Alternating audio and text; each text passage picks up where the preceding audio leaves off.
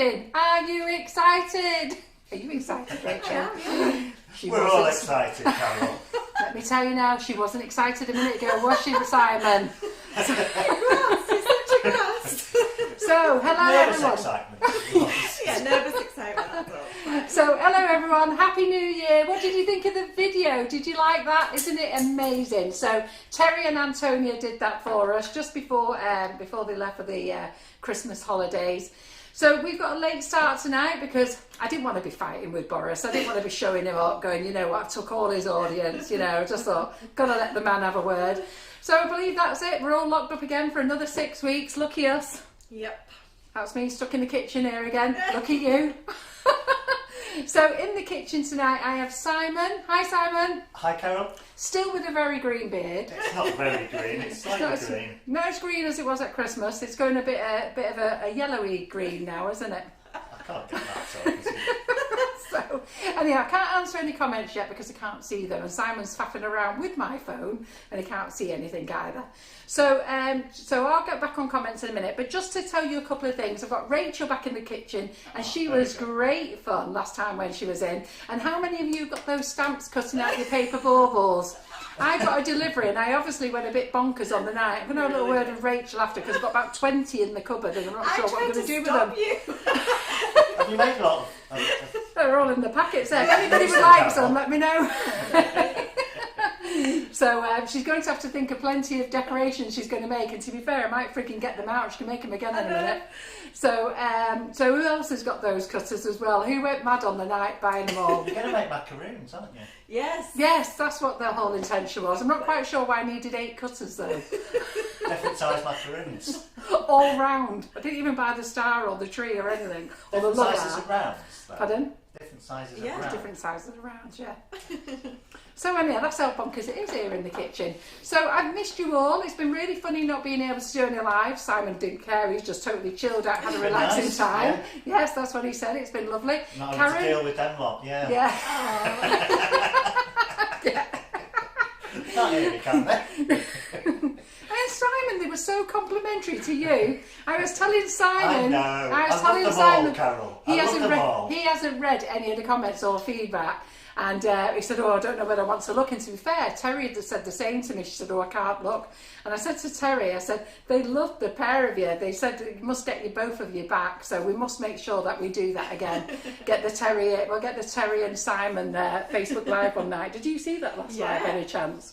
They did a great cake, didn't they? Such a good idea. Yeah. You should definitely do it again. Yeah, absolutely. So Have you still not read the comments? No. no, I haven't read them. But they were great. They were very complimentary. You eat the cakes? I thought it was cracking how you made the cakes. I was well impressed. Right, so just let me tell you. So now that we're in lockdown We've got again. a lot of people watching anyway, Carol. Yes, fantastic. So, yeah. How many have we got? 385. Fantastic. So now that we're in lockdown, you're going to be doing all those classes that you've just bought over the last week. So you have gone class crazy. So the class sale should have stopped last night, but a few people have messaged us this morning. We've kept it on, and then so what I'm going to do is I'm actually going to keep it on till 4 o'clock tomorrow. The reason for that is after tonight's live, I really need to go to bed, and I'm not taking it off then. And then tomorrow I'm actually in work at 6:30 in the morning, so I haven't got time then. So I'll be in work, and then when I come home, I'm going to take them off, and then I'm building 4 new classes. There's yours to go on, isn't there? Yep. So I've got one for Rachel's, and when's yours, Rachel? Mid-Feb? Mid-Feb, isn't it? Is it the 18th? No, it can't be the 18th. 15th. 15th, yeah. So, and Rachel is doing a naked wedding cake? Yeah, so it's all about naked wedding cakes and semi-naked wedding cakes and buttercream and stacking and all that kind of stuff. And that's what you want to know, isn't it? You want to learn how to stack, on the semi-naked cake, you just think that you're putting the buttercream on, but there's a little bit more art to it than that, actually. Yeah, and we'll be doing some flower arranging on it as well, and how to do that in a food-safe way and all that kind of stuff. That's what we love. That's what you want to know, isn't it? And I know lots of you have asked me about wedding cakes. So this was the lady I went to. So when I first contacted her, I went, wedding cakes, that's what we want. So we're going to start off with that in February. And then we've got Julie Rogerson in. She's going to do her fairy tale cake, which is basically, it's a tree and it's got fairies on it. So we've got that going on. And then we've got the baby bag with the talc and the soap and cotton buds and other little bits of things. Is it nappies and baby wipes and things like that? So that's another class. And then we've got Hannah the cake illusionist on. Have you seen that bronze horse? Now, those people who've been in the cake illusion in this class, this next class is taking you up a level. So she wants to take you to structures. So we did talk about it in class. And there was a very funny session once. I think Hannah mentioned something about, what did she mention, Simon? Was you on that class? Did she mention getting a drill or a saw, Hannah? She mentioned something about getting something, and everybody shot off to Google it to see if they could have one. So I take it you've probably got one in the cupboard waiting for that class. So Yeah, I remember something about a drill, yeah. something like that, wasn't it? Or a chainsaw. I don't know what it was, but anyhow, everybody shot off. So I won't be surprised if you've got them already. But anyhow, so that's 4 classes I've got to build. Matthew Lane's ears pricked up when she heard naked. Naked, yes. Yeah, well, we all like naked. So, well, I don't. Naked cakes. Maybe when I've lost another 5 stone, maybe. We'll keep it to the cakes Keep mine for covered up. So I've got 4 classes, brand new classes to put on tomorrow night. A grinder. A grinder, that's it. So they were listening. Yes. Thank you. So so 4 brand new classes going on tomorrow, and therefore January and February. And then we've got I've got Doe Griffin's to come in and Claire Corbett's class to come in. So we're going to be keeping you very, very busy. So over the period as well, we've had a sale on, and we've sold out of a hell of a lot of stuff. I have spent all night till 2:30 this morning stocking up the website. So I bought as much stock as I can, and I've put it all on the website. So go and check it. So I just finished putting stock on at 7:30 tonight. So most things are on. If they're not on, pink boards, I've ordered them as well, but I won't put them in yet until he tells me he's dispatching. And then there's just a couple of other things that I have to wait for those companies to come back and tell me they've got them. Cakesicle boxes, I'm speaking to that company tomorrow, and macaron boxes. So I'll be speaking to them tomorrow. I can't put them on the website until I've actually confirmed a delivery date with them. So I'm on the case, girls, I'm on the case. Yes? Right, Hannah, you ready? Rachel. I've done it, Anta. And Hannah, Rachel Hanna, do you get it? You would do it. We all knew you would do it. One day I might just get someone's name right. So Rachel is going to take over. Now I will drop her in it. So we're having a little bit of a meltdown because she wasn't getting on with our microwave. So I'll let her tell you more about it. Because it's obviously the microwave's fault, isn't it? Totally is. Definitely is.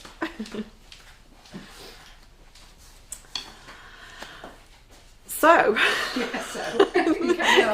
we are talking everything Ganache. So I don't know how many of you have already used Ganache in your cakes, or have tried it, or perhaps frightened of it or anything like that. There's no need to be frightened of it, but I will explain what Carol's talking about. Simon's laughing.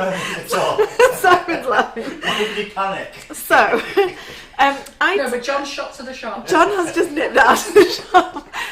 That's all we'll say. So I will talk you through everything, but basically the ganache that I make in my classes, I do like a basics in-person class, and it's a really easy technique, but white chocolate in particular can be temperamental. Now we're going to be using the microwave today to make it because it is the quickest and easiest and less messiest way to make it. So all you need is some chocolate chips. So we're using the Calabao, and this is the W2 28%. For the dark chocolate, I actually use, so dark chocolate is kind of like, it depends what you're comfortable with in terms of palette, but I use the 54%, oh it smells amazing, I just got a waft of it. I use the 54% for my sort of dark chocolate ganache, even though you might not think of it as a dark chocolate, 54% is kind of, for me, it's a nice balance between something a bit more bitter and milk chocolate. So that's what I use for my dark chocolate. But if that still wasn't dark enough for you, you could go for a 70%, that's absolutely fine. And Calabao do the same in the 70%. So the recipe I'm using, I do vary my recipe for summer and winter weddings. So, and by which I mean I just change the ratio of chocolate to cream. So in summer, I want it obviously to set a little bit quicker because everything's warmer, and I want it to stay firmer for longer. So if you've got like a really hot wedding day and it's, your cake's going to be sat out for hours, then you want that confidence of knowing that the ganache is a little bit firmer. So I just change the recipe slightly for summer to winter. So the summer ganache recipe that I use is 600 grams of the chocolate chips, and 150 mils of double or whipping cream, and the winter is 600 grams of chocolate chips to 200 mils of double or whipping cream. So you can flex that regardless. Obviously it's not sort of set in stones. You can flex the ratios, but just be wary that if you are obviously flexing it, that it may well change the firmness of your ganache. Those ratios are basically for covering your cake in ganache. So if you're filling your cake with ganache instead of buttercream, you're going to want it to be a little bit less firm so that it doesn't set as hard in between your layers of cake. But for today, we're going to be talking about using it for covering. So I have buttercreamed a cake here. It's just a 6-inch cake, and I've trimmed that back. And I'll explain why I've done that in a little bit, because you can see here I've just trimmed it back within the 6-inch board, and I'll explain why in a while when we get on to ganaching. But the reason why Carol and Simon were laughing was because at home I use my microwave, and I have a certain, like a set, I pop it on for a certain number of seconds, mix it, stir it, and then pop it on for another certain number of seconds, and then it's done. This is a different microwave, and I've made 2 batches, and they've both gone too hot and they've split. So we're gonna try a third, but I am quickly running out of cream, which is why we've John's run to the emergency run for cream in case it continues not to work. I have got a batch I've made earlier, because the other thing to note is that when you make a ganache, it will still retain its heat, and at that stage it will be too runny to use on your cake. So you will need to make it ahead of time. Now, how far ahead of time you make it will depend upon the ambient temperature, the time of year, how much humidity there is wherever you are. So I've measured out 600 grams of the chocolate chips in a glass bowl. I prefer to use glass or like ceramic porcelain over plastic, because plastic can actually hold on to some of the grease in a bowl, even though you pop it through the dishwasher. Thanks, John. We've got emergency cream. Thank you. Now we just need to not run out of chocolate. But I do prefer to use the glass bowls over the plastic ones. Things split a lot easier when you're using the plastic ones in the microwave, and glass and ceramic heats up differently in the microwave to plastic. So with my 600 grams of chocolate chips, we're also going to tear the scales and change the measurement to milliliters, and we're going to pop 150 in here. So there's a few questions that people are asking, but I just thought, you know what, we'll answer them afterwards. And that's the ratios. Yeah. So if we get this ganache going, and then once that's done and you're happy, then we can talk about ratios, because you can stop and take a breather. So everybody, if you want to go and get your pen and papers, or get your notes up on your phone or your iPad, and then Rachel can tell you about ratios. I'll go through them again, that's fine. So Carol's told me to just put this on for 30, just press the quick start button. Yeah, 30 seconds. So that's what I'm doing. And then 10-second blast. So I'm going to get my wooden spoon. But yeah, I'll talk you through the ratios again, that's absolutely fine. But like I said, these ratios are for if you're covering a cake. If you're filling your cake, you may want to have it slightly softer, in which case you just change the ratio again so that you've got a higher proportion of cream to chocolate. So white chocolate has quite a high fat content, so we don't just try and do it all in one go, because the chocolate may burn. So do it in smaller sections, and just make sure you give it a stir each time. The bottom of the bowl will heat up the quickest. Can I just stop you, Rachel? Right, everybody, you're all asking questions, okay? So instead of all asking questions and everybody trying to answer your questions, Rachel's here and she's just going to talk you through it and explain it. So you are asking, so do listen to what she's saying now. She's going to tell you all the ratios for dark, milk and white. Don't worry, there's different ratios. And somebody's questioning why you're using a glass bowl, because it retains the heat. So why am I using a glass bowl? Because it does that. Yeah. Because when I use plastic bowls, plastic actually grabs onto fat. So if you've made buttercream or cake batter or anything like that in a plastic bowl, even though you wash it with hot soapy water, it's like the oils will they soak into the plastic. And with glass and with porcelain, they don't. And if you've got too much fat in your mix, it can split. So hopefully that helps.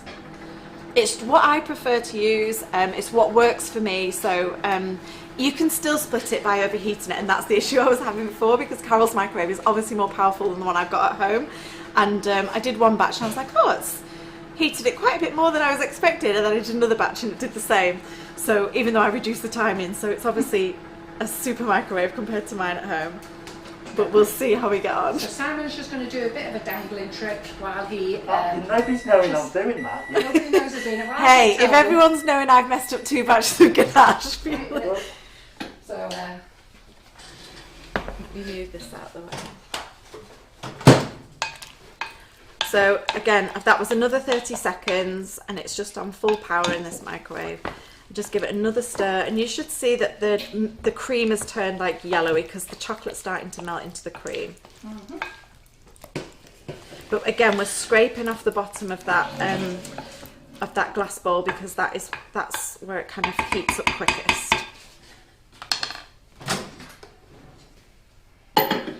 it's a good question that about you said about the glass, because we all use plastic in here.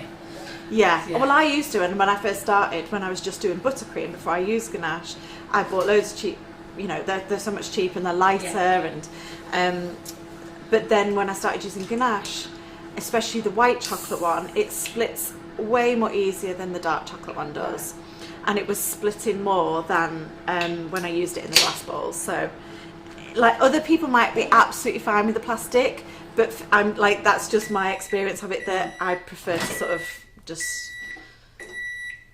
use the glass now. So you can see, have you got the overhead camera on or not? It's all right now, yeah. So we're just starting to beat that, and you can see, you can feel it starting to get thicker, but you can see it's also starting to melt the chocolate. So Shelton's just checking the ratio. 600 grams of white chocolate, 150 mils of double cream. Or whipping cream, yeah. Or You whipping can use cream. double or whipping cream. Yeah, I've made Ganache with whipping cream. I'm not a Ganache person. I just followed the recipe and made it, but then I don't know what to do with it once I've got it. Right. That's where I'm up to. The beauty of Ganache is that you can use it in so many ways. So before Christmas, I did a live in my group that was making a like caramel chocolate torte, and essentially the main part of that was a Ganache. Let me just concentrate, because I've only got 10 seconds to go on this. I don't want another 30 seconds. This is nerve-wracking using somebody else's microwave. I'm used. You're blaming the tools, Rachel. I'm blaming my lack of Hey, concentration. listen, we have a thing in here. It's called user error. Oh, there's always that as well. I can't let you get away with it, because that's what I say to And I wouldn't everybody want you else. to. So we're just beating that until it kind of basically melts to a nice smooth Ganache. Are you happy now? Is it going? Yeah. Told you. it'd be What I alright do on want the to night. talk about just quickly is when it does go wrong, because it Can I will. just say something? Yeah. Debbie Hargreaves, have you got your earphones in? She's just said Diet Coke, Carol McFarland. I just popped open a Diet Coke. Well, she just knows you She's so got well. the best ears, hasn't she? Believable, yeah. Right, go on then. Diet Coke break. What was I saying? Oh, so yeah, if it does go wrong, which it will do at some point, it will do. You can bring it back. So as long as you've not burnt it or like completely nuked it in the microwave. So if it hasn't melted, you just keep popping it on for like 10 seconds, and that's fine. This has still now got heat in it. So Yeah, this. they're worried about whether you're burning my pink board now. No, there's hardly any. I can see them. They're going. They are "She's burning so you." protective They're of very you. protective of our pink board. So Listen. protective. Well, that's only about 40 degrees, isn't it? Yeah. Yeah, it's barely I'm anything. only saying what they're saying. But I've got no worries. what was it last time when I was using all the luster dust, and there was like Yeah. round all the circles, Yeah. there was just random patterns. Don't worry. See, they've all got their pink boards for Christmas, so they've all been I stroking know. them and loving them. Have you seen all the comments? I don't blame all the pink board purchases. I think I might have to buy one. Let me show you the split ones so that you can just see what I mean by Yeah. split. So I popped these in the fridge about 10-15 minutes ago, and I don't know if you can see on the overhead, the oils have just started to come out of this Yeah. one, and it's not smooth, it's a bit sort of, I don't know, it's a bit scrambled eggy in texture. And do not throw that away. If that happens to you, don't throw it away. Just let it firm up a bit, And once the oils solidify, you'll be able to mix it and incorporate them back in again. So please don't throw it away if it does go like A that. lot of people have done that, haven't they? Oh, so And I must absolutely. admit, the first time I did Ganache, I threw it away, and somebody said no. Yeah, You know. because it can happen, especially if you're doing something for the first time, or if you've changed something, like that, you know, you're using a more powerful machine or something like that. Then, or even if it's like a different time of year. So, for example, when I talked about the ratios before, I also changed the timings on my microwave depending upon the time of year. So if you think about it, in the summer, you store your chocolate at ambient temperature in the UK. So in the summer, this will be slightly softer than it would be in the winter, sat in your cupboard. So it is already softer to begin with. So in the If you summer, get it delivered in a heat wave, you actually get a bigger absolutely ready to drink. So you may find that you can adjust your timings as well on your microwave in summer to winter, even as well as the recipe. So please be mindful of that. Like, don't, if things are very warm, like just at ambient temperature. So at home, what I would usually do, like anyone that's been on my basics class will say, we do kind of like 45 to 50 seconds, stir it, and then 45 to 50 seconds. But that's on my microwave. And what I always say to people is, at home, do a batch like that with this recipe and see where you're at. Obviously, if it nukes it, then you've got a powerful microwave, way more powerful than mine, and you need to just perhaps knock it down 10, 15 seconds and do it that way. If it doesn't melt when you use those timings, increase it a bit more, but you can do it gradually rather than sort of whack it on for a big amount of time, because it's like a fine line between it melting and between it splitting. But if you just leave that to solidify again, and you can mix it back up, you can either do it by hand or you can pop it in your mixer with the paddle attachment, and it'll go nice and light and fluffy. So please don't throw it out. Yeah, I've got a lady called Tony O'Grady from Australia, and they use Ganache all the time, but their cream isn't doing it for them. And she says, when I find her comments, she said if it splits, she just puts it in the fridge for 5 to 10 minutes, and then she whisks it. Yeah. And sometimes she may add another 1 to 2 tablespoons of extra cream. Yeah, perfect. Yeah. Exactly that. And you can just use it like that, and you don't need to reheat it. No, you can just use it like that. Yeah. So even if the other thing that I see people doing is that they make ganache and they use what they need to use, and then the rest of it kind of solidifies, because it will solidify, it'll go to like a solid block. And then they think then they can't reuse that. Well, you absolutely can. So you can make this the day before. You can keep it in the fridge, like in an airtight container like this, for sort of 10 to 14 days. You can even freeze it. So again, please don't worry if you've got stuff left over. Don't waste it. If you split some, again, don't waste it. Just pop the kettle on, walk away from it, and then come back to it, because it is recoverable, unless you've like burnt it, in which case, throw it away.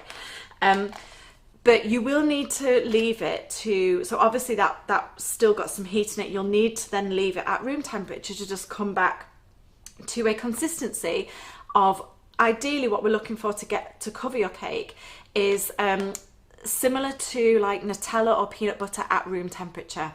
So it's spreadable. So you could spread it on a piece of bread, for example, not from the fridge, but like spreadable. And I'll show you like with a palette knife. So this one's just about right. So you can get it on the palette knife and it'll stay on the palette knife, so it won't fall off. You can use it when it's a bit runnier than that, but you know, if you're up against it for time, but you may end up like some of it just dropping onto the worktop. The other thing is that if you miss this sweet spot of getting it when it's at this sort of room temperature peanut butter consistency, don't panic. You can just pop it in the microwave for 10 seconds and soften it again. So it's really sort of, you just keep working it, either letting it firm up or warming it back up again, making sure that you've got the right consistency. And I always say to my students, making sure you've got the right consistency is key. If you're trying to get it onto your cake and it's too firm, you are on a hide into nothing. You need to stop, accept the fact that it's gone past the point of usability, and pop it back in the microwave for 10 seconds. And just give it a bit of a beating. So please don't be wasting your ganache. You can refrigerate it, any spare that's left over. You can make it the day before if you're worried, if you want to get cracking on it first thing. So again, the amount of time that it will take to get from when it's just been mixed and made and it's still got warmth in it, to spreadable will absolutely vary depending upon your ambient temperatures. So again, in summer it will take a bit longer, and in winter it will happen quite quickly. But if you've got air conditioning or anything like that, then obviously it's a bit more static. But you just need to kind of keep an eye on it and check when it gets to that point. But if you miss it, if you get waylaid doing something else, don't worry, you can just soften it again in the microwave. Okay, so I'm just going to pop that lid back on it because that's just on the cusp of being too firm. So what would you do if it's just too firm? Well, so what will happen is in this, that round the edges will firm quicker, and in the middle will still be fine because it kind of retains its heat inside. So I would just use the bits from the middle, ignore the bits around the edge because they'll be a bit too firm, and then pop what's left in the microwave. Okay? So what we are going to do is use ganaching plates. So I don't know if any of you have used, I'm sure some of you will have used ganaching plates before, but the point that we're doing this is to get us a really nice sharp clean edge, and that can either be for that to be your cake, and that's the sort of icing of your cake, the coating of your cake, and then you can decorate it however you see fit, or it can be to then use under sugar paste. So I think the next live I'm doing, Carol, at the end of the month, isn't it? That's the sugar paste. Yeah. So we're going to follow on from this one at the end of the month with sort of the next stage on from this, as if you ganached your cake. So I'll bring in a ganache cake ready to sugar paste, and it will all be about sugar paste. So can I ask you a question? So do you just ganache the cake, or do you buttercream it and then ganache? So this or cake, can you do both, or either or? You can do either or basically. So this cake has been layered with buttercream and jam, and then I've done a crumb coat of buttercream. You can crumb coat in ganache. So some people, depending upon like the recipe of buttercream you use, some people find it a bit tricky to crumb coat in buttercream because it kind of drags and pulls a lot of crumb away. If that is you, particularly in winter, that can be a problem, then you can absolutely layer your cake with buttercream or ganache, but obviously a slightly softer version of this ganache recipe, and crumb coat it in ganache, and then do your top coat of ganache using the ganaching plates. Okay, so I've crumb coated in buttercream, but you could absolutely have done that in ganache if you wanted to.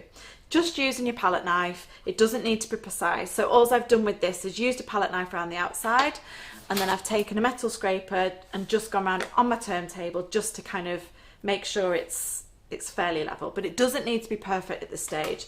So if there's any lumps and bumps, do not worry, as long as it's level. So always try and check that it's level. So by which I mean get down level with it. So things, I always tell my students, from up here it can look perfectly level, and then you get down here and it can be like this, or it could be like this, or it could be wonky on the top. So just always get down level with it, turn it round. Again, it doesn't need to be perfect at this stage because we're putting a layer of ganache on it. So your ganache is like your final chance to make sure that your foundation is straight and level before your sugar paste goes on it. Let me stop you. So lots of ladies have said they've contemplated using ganache plates or treating themselves to them, but they've no idea what to do. Well, you will tonight. And then one lady, Dinaz, has asked, how do you know what size to buy? Okay, so a couple of things there.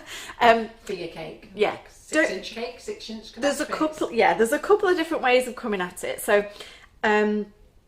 this is a 6-inch drum at the bottom, and this was a 6-inch cake that I made in tins. Obviously, not all tins are precise, so the brand I use are pretty much true to size, but like you might have what's called a 6-inch tin. What brand do you use? I use the Silverwood tins. Oh right, yeah. I bought them ages ago, but now there's like quite a few other brands that are quite nicely similar to Silverwood. I've got Silverwood, but I use PME now because I sell them. Yeah, the PME ones are good as well. But some tins are like, you know, like if you've bought them, like I remember I bought some like from TK Maxx and places like that, and they say like they're an 8-inch, but they end up, when you actually measure them, they're like 7.5 or depending upon obviously your tin size. This was a 6-inch cake and I've trimmed it back because essentially what we're trying to do is pop a ganaching plate on top and a ganaching plate on the bottom. Now these ganaching plates are 6-inch, but they also they come in 6.25 inches, 6.5 inches. They do vary. So I think the other one I've got in the fridge, which I'm going to show you, like removing the lids off later. They're 6.5 inches. But essentially what we're trying to do is create a guide, top and bottom, that is identical in size, okay? So by using two things that are exactly the same size, we're going to create a guide that's identical in size, and the ganache will go in that void here. So let me just say something. So Harlem Horses says, I forget her name, she's not called Harlem Horses. I gathered. Yeah, something about horses. She has told us the story. You're going to have to tell me again what Harlem Horses is. But she's saying that looks pretty perfect for a crumb coat, but it's not. It's got a layer of ganache on already, hasn't it? No, that's just buttercream. Is that your buttercream? Yeah. Is it? Oh, right, I'll just miss that. Yeah. Oh, it is pretty perfect, isn't it? Thanks. Yeah. Oh, well. Oh, listen, don't look at me for crumb coating a cake. I'm rubbish at it.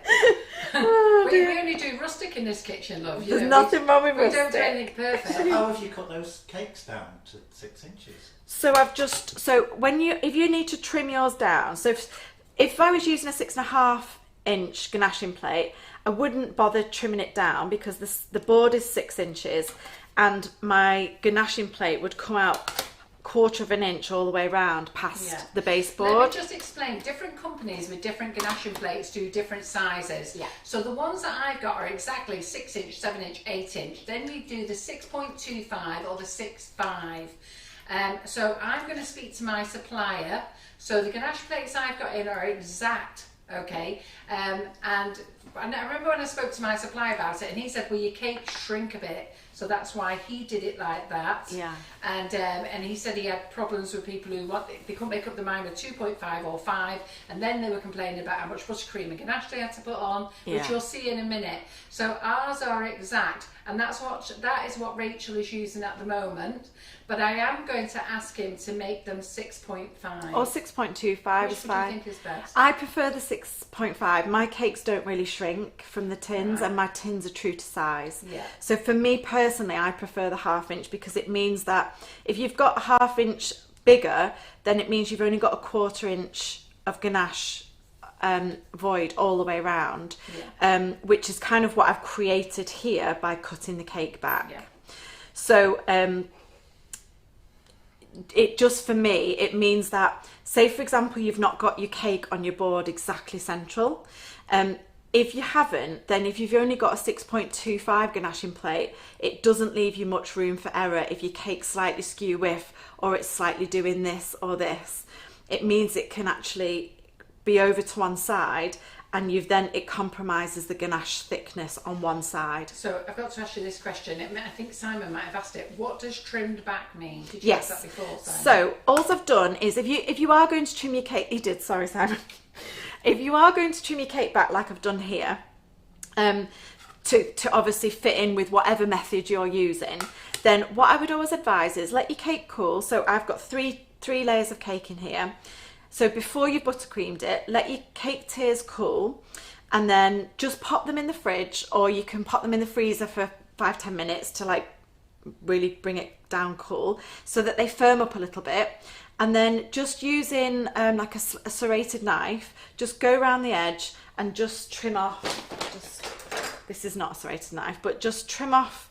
So have them all stacked on top of your board, and just go around and trim off all the way down with all three of them stacked together. Just pop your hand gently on top. People like to trim off the dark edges. It's the crust. You're getting rid of the crust basically, which I know a lot of people feel weird about including the crust in your cake, but each their own. But if you're going to be using this technique and you need to create a void between the edge of your ganaching plate and your cake, and you need to trim it in, then just chill it down first, and it will mean that it's just firmer and easier to work with, and it's less likely to sort of compromise the integrity of the actual sponge.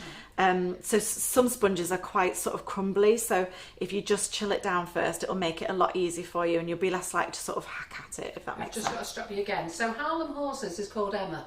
Hello, Oh Emma. my goodness. Hi, Emma. And then Karen Naylor, question for you, Simon. Carol, can you let Simon know the viewing figures banner is just obscuring Rachel's face? Can you move the face on the camera slightly up? But it's not doing it on mine. So the viewing figures, so I can see the viewing figures, but it's not over Rachel's face there. No. So, I don't know, Karen. Is she Maybe watching it's it her on phone something or else? I think it's your phone, or maybe you, I don't know. Stay where you are, because you're not in front of the thing again. Sorry, guys. Don't move where, if you move to where that bag is, that chocolate bag. I'll do that then. Me How- move? Yeah, you move. How's that? Right. How's that, Karen? Right, well, we'll see in a minute. And now it's rubbish for everyone else. I'm only just showing that's where it would skew your face. I'm going to move so back. if you go back to where you are, we'll be fine. So whichever way you need to do it, obviously if you're using a 6.5-inch ganaching plate, then it's already 1/4 of an inch all the way around bigger than your 6-inch board. All you need to make sure is that top and bottom, you've got a guide for your scraper that are exactly the same size and are in the right position. So by which I mean, they're not like this. You know, they need to be so that when the scraper is on flat, completely flat on the board or the turntable, that they're both in contact with the scraper all the way around. And I'll show you that when we do it on this one, because it's a sense check to make sure that your ganache sides are perfectly going to be straight up and down and they're not going to be like this, okay? So that's just a sense check that we need to do. We'll do when it's on the turntable. So what you could do, instead of having a bottom ganaching plate and a top ganaching plate, is use the drum as your guide on the bottom and a ganaching plate as your guide on the top, only if they are exactly the same size. Now, technically on paper, this is a 6-inch ganaching plate and this is a 6-inch drum, but they're ever so slightly smaller than each other. So I'm gonna use both of these anyway, just to show you. But if obviously there's different brands and different makes of boards, but they're just ever so slightly different in size. It's barely noticeable. I don't know if you can see that. It's barely noticeable and it might not bother you at all in the slightest, but I don't know if you can see that. So, good question here, Helen Miles. If you're using a 6.25 or a 6.5, does that mean cake? Does that mean cake? Then if that means bigger cake, then it's a bigger board. No. So your cake is still 6 inches, but you just don't trim it back. So all you're trying to do is create a void where the ganache can go, okay? Let's watch Rachel do it. So if... Please do, cracking Check me it up. in, stop asking questions. Just watch. Right, so I'm just going to soften this a smidge. Oh, you guys are cracking me up. Right, I need to concentrate. They can't wait. 10 That's the problem. seconds. They can't wait. They're dead excited. They just can't wait. I'll show you. I'm asking about what you're going to do, really, before you've done Yeah, it. I'll do You it. could just do it. So we've got a conflict here. There's people who like 6.25 and 6.5. Yeah, absolutely. It's and just what you get used to, isn't It it? is, and it's also the size of tins that you're using. So if for example, my tins are quite true to size and my recipes don't really shrink back. So I know if yours do, then obviously if your tin size is slightly under, like the 6, if they're slightly sort of under in your recipes shrink back a little bit, then having a ganaching plate that's 6.5 means that you'll feel like you're putting quite a bit of ganache on. And obviously the chocolate's expensive and it's extra time doing it, in which case the 6.25 will work perfectly for you. But for me, I like with my equipment and the tools that I'm using in my recipes, I prefer the 6.5 works better for me. Right. But so each their own. I've got to stop you again. Another question. Do you use sugar syrup on your cakes? Not usually, no. My recipes are fine as they are. Like I never use it. I don't know. But I know people that do, particularly for like if they're worried, like if it's a naked cake or something like that. Yeah, I know people that's the only time I might would do, use it, yeah. yeah. But not for my standard ones. My lemon cake has hot lemon syrup drizzled into the cake when it comes out the oven, but it's not like it's like a lemon syrup that's infused into the actual sponge when it comes out the oven. That's just for flavour, really. Okay, so I've just put that in the microwave for 10 seconds. And you can see it's let me just tell you, nobody else is having a problem with the viewing. Everybody else can see you normally. So I would probably think Karen Naylor's got a phone upside down. Come on, Karen. Sideways. She's doing something different. I can sort the microwave out. How do you like our microwave now, then? It's You a realise beauty. I'm you going to get realise one. it was user error and not the microwave. How dare you? You think it's the fact fact that you came in, just bunged it in and left it on? No, it's because I just put it on for the timings that I would usually use at home. And obviously it's a different microwave. So please be aware that absolutely can happen, but don't throw it out. 30 seconds and 10 seconds. Yeah. Carol says 30 seconds. So I did 2 lots of 30 and then a 10-second burst and maybe another 10-second burst, but it doesn't matter because none of you will necessarily have this microwave. Okay, so this has set in the fridge, so you can see I've been touching this and it hasn't, you know, hasn't come off in my hands or anything. Am I all right position? Are you okay? So I've just set that in the fridge just to crust slightly. The first thing I'm going to do is pop a dollop on the top and spread it out fairly evenly, but again, I'm not too bothered about getting it perfect here, but perfect sort of, you don't want it all on one side and none on the other. And then this is a really key part. So I've just got a little water sprayer here. You can pick these up from Wilko's or wherever. And I'm just going to spray the whole one side of one of the ganaching plates, okay? And I'm going to pop it onto the chocolate and press it down. God, I'm glad you told them that. They're all asking questions. If they just wait, they're going to see what happens.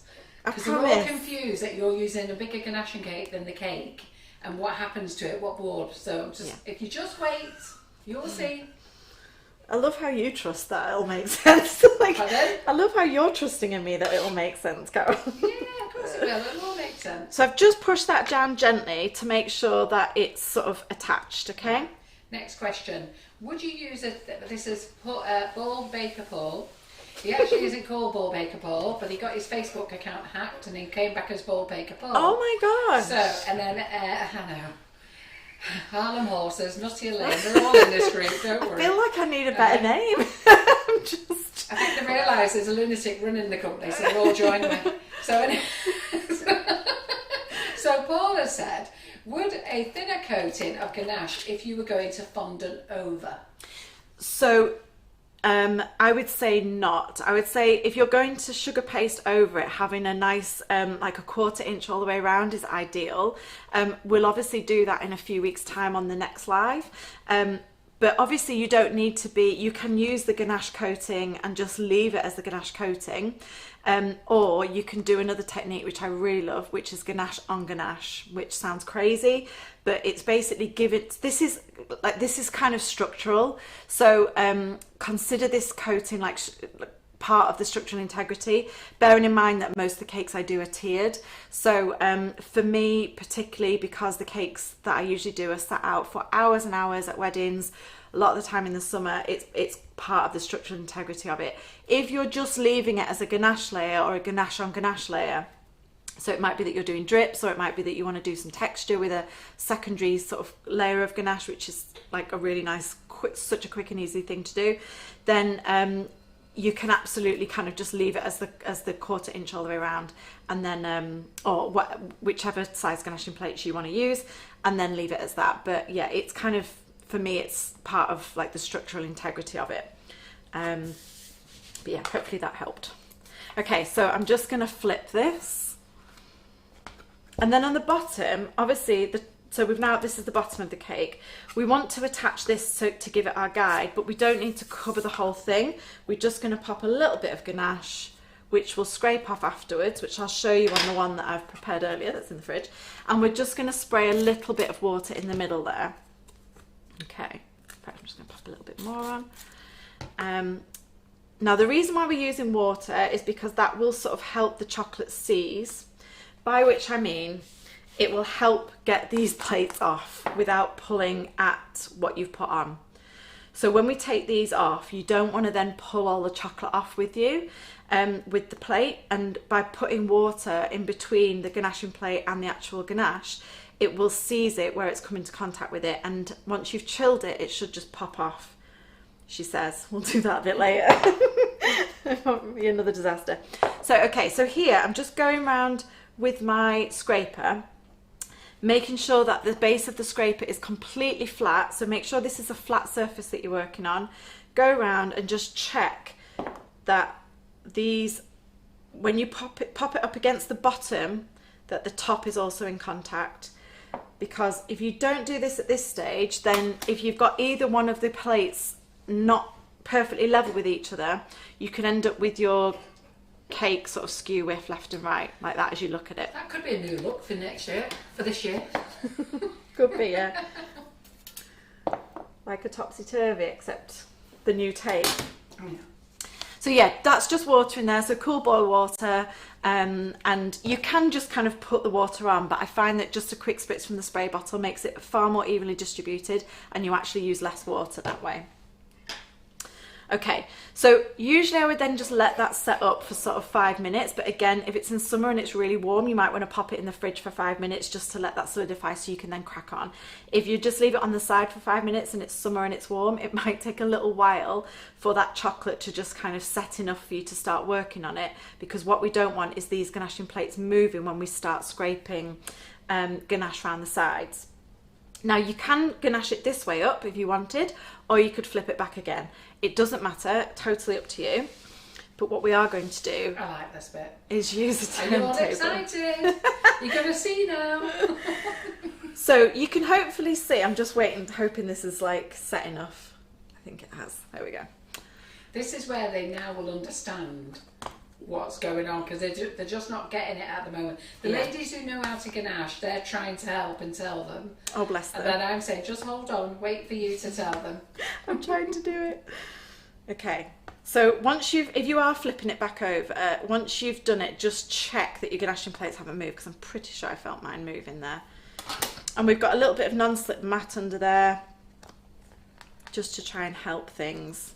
Just moved it again. So I would usually just pop that in the fridge just to firm up, because it is moving about a little Would you bit on want that to pop it in the bottom fridge one. for 5 minutes? Yeah, we'll answer Because you some can answer questions. some questions. Yeah, then. fine. Why don't you all get your questions ready? Because we're going to put this cake in the fridge for 5 minutes, and then if you can pop up all your questions, I can get Rachel to answer them all for you. Or I could pop the lids off the other one.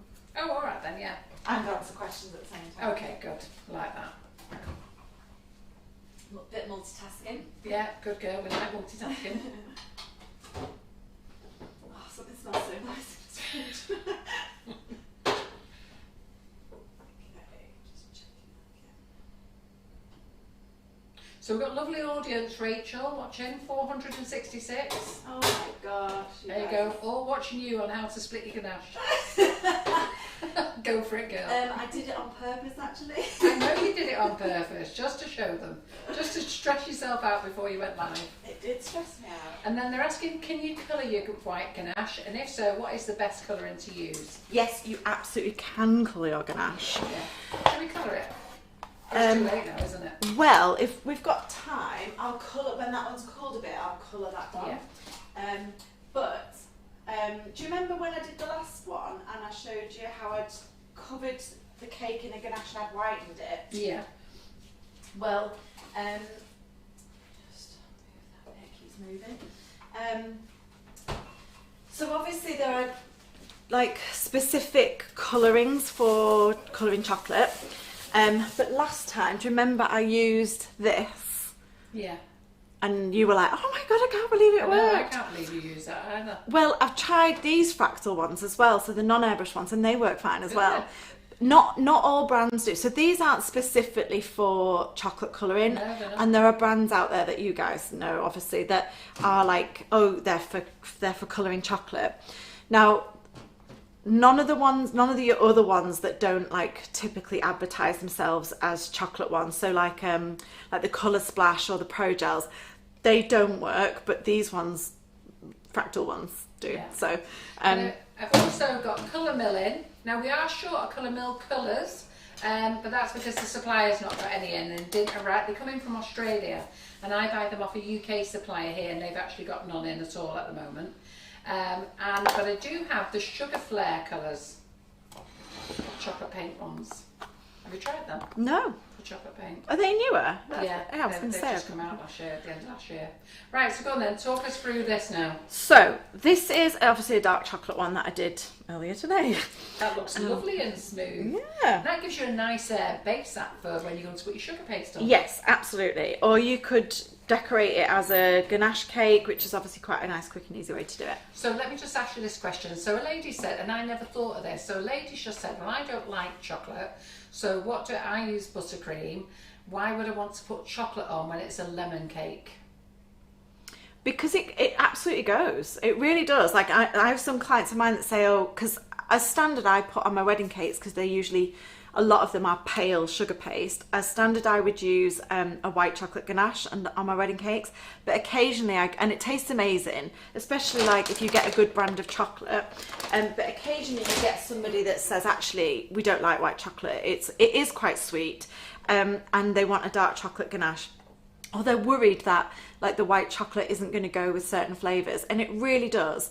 It's just a lovely sort of sweet accent to it, and lemon and white chocolate go well. Chocolate goes with anything. It really does. Calavo chocolate's a quality chocolate. I know some of you go to the supermarket and you all say it's good, but not when you've had Calavo. Yeah, and white chocolate can be quite sickly sweet for some people, but the Calavo one, I don't find it like that. I think it's a really good balance. And if you think about it, you're just putting, if you think about what we put on the top of that cake, once your cake is cut, however you're cutting it, whether you're cutting it into like wedge style pieces, or whether you're cutting it like if it is for a wedding cake or for a party, and you're cutting it in like a grid into finger portions, all you're getting is a thin bit of chocolate ganache at the very top of the piece of cake, between your cake and the sugar paste, if you've sugar pasted it. So it's literally like where the marzipan would be on a fruit cake. So if anyone doesn't want it, you can literally just take it off. But structurally it gives you Stronger. It's much stronger. At room temperature, it's much firmer than buttercream. So if you're doing stuff for like weddings or for things in the summer particularly, the other thing is, and we'll talk about this on the next live, when we're going to get those sharp edges and that flawless finish, there's nothing else like it. So it does depend upon what you're trying to do with your cakes. But it's a nice skill to have, because it does kind of give you some extra options. So next question, how long will a ganache cake last for? Well, it does, obviously it will depend upon the cake inside. And does it need to be refrigerated? It doesn't, no. So what I tend to do with the ganache cake, once we've ganached it like this, is that I will set it up in the fridge, but they don't need to stay refrigerated here in the UK, because we're not like sweltering hot, it's not tropical here. So it doesn't need to stay in the fridge unless we're having like a rare freak heat wave, and then you might want to just leave it in the fridge overnight until you're ready to sugar paste it. But what I tend to leave mine in the fridge, but on the lowest temperature, and by which I mean the least cold temperature. So don't have your fridge too cold. If you have your fridge too cold, you may end up with cracks in your ganache. So if you're having that, make sure that you just turn the fridge down so it's a bit less cold. I don't know how to say that. But so yeah, what I would always suggest is either leave it in the fridge overnight until you're ready to use it, so that it sets up nice and firm. If you want it off your workspace and you need your workspace for something else, that's what I tend to do with mine. So they're just away. I have a cake fridge that's separate to my main fridge. But you can, if you're short of fridge space, set it up in the fridge and then pop it on the side overnight, and you can just cover it with like a clean tea towel, and it will be absolutely fine. Okay, so I'm going to take this lid off. So I'm just running a sharp knife all the way around, and you see how easy that's popped off? Yeah. Because of the water that we put on, and it seized the chocolate. Okay. So Helen Williams says she always covers her top plate with sticky cling film. Have you heard of that method? Yeah, you can do if you want. You don't need to necessarily. Well, it popped off there quick enough, didn't it? But maybe she's not used the water. I don't know. Yeah. I know, like if you don't use the water, you're going to be like cutting it off. So remember there, ladies, water. This is great. Any kitchen roll? Yes, it's down there, I think. And if it's not there, it's in the cupboard above the oven.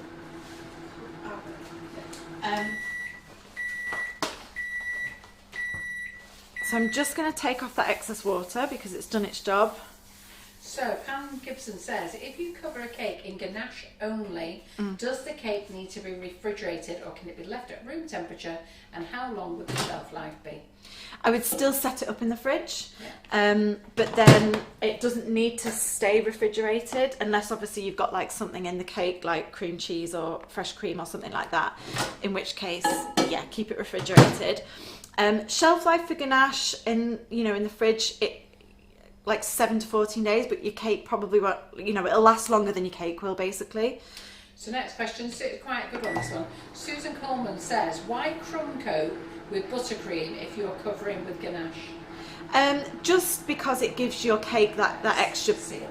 extra bit of buttercream really, which is obviously adds to like the eating experience. But sometimes I will absolutely just cover it in ganache, a crumb coat in ganache. If I've like run out of buttercream filling it, I'll just use the ganache to crumb coat. But it's up to you. People just like to crumb coat it just to secure those crumbs in it. Yeah, and before they put ganache on it. If you are using your ganache, obviously if you're crumb coating with your buttercream, it's like the last thing you do with your buttercream. But if you're crumb coating it with your ganache, then it's the first thing you do with your ganache. Make sure you just split some of your ganache into a separate bowl so that any crumbs that come off it don't ruin the rest of your batch of ganache. Okay, so I'm just going to take that bottom one off as well. Get rid of this.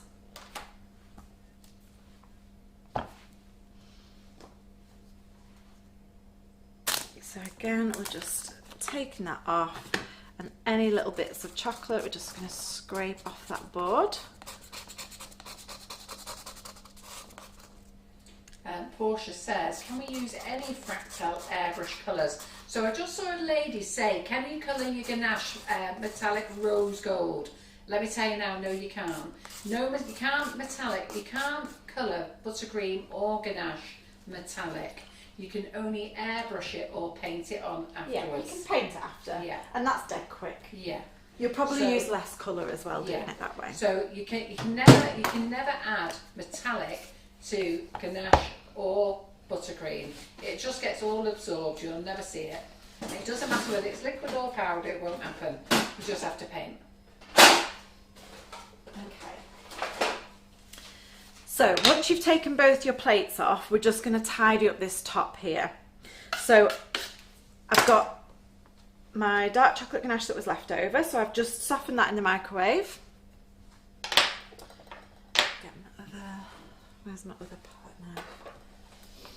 And we're just going to add a little bit on, and that can be like freshly melted, that, because this cake is quite cold, so it's the coldness of the cake will set this ganache really quite quickly once it comes into contact with it. So any little imperfections or gaps we're just going to fill in. Geraldine Allen says, supermarket chocolate is good if you're going to muck up a cake that ends up in the bin like mine always do. I know people do use supermarket chocolate. Yeah, I used to use the one from But Aldi when I first I started. think once you've tasted a really nice chocolate, it's a game changer, especially for a price point of what you're charging your customers. Yeah. So I always look at somebody, if somebody wants to charge for a really good quality cake, then you should give your customer good quality ingredients. It's part of the selling. I think like my son's a top chef, and he deals with all top food. It wouldn't look right if he nipped down and bought budget value food, would it? Yeah. It's not the same thing, is it? Emergencies only. Yeah, exactly. Even though I do catch him in McDonald's now and again. He used to work for Gordon Ramsay, and he said Gordon Ramsay would kill him if he ever found him in there. If it would kill him if he found him in there.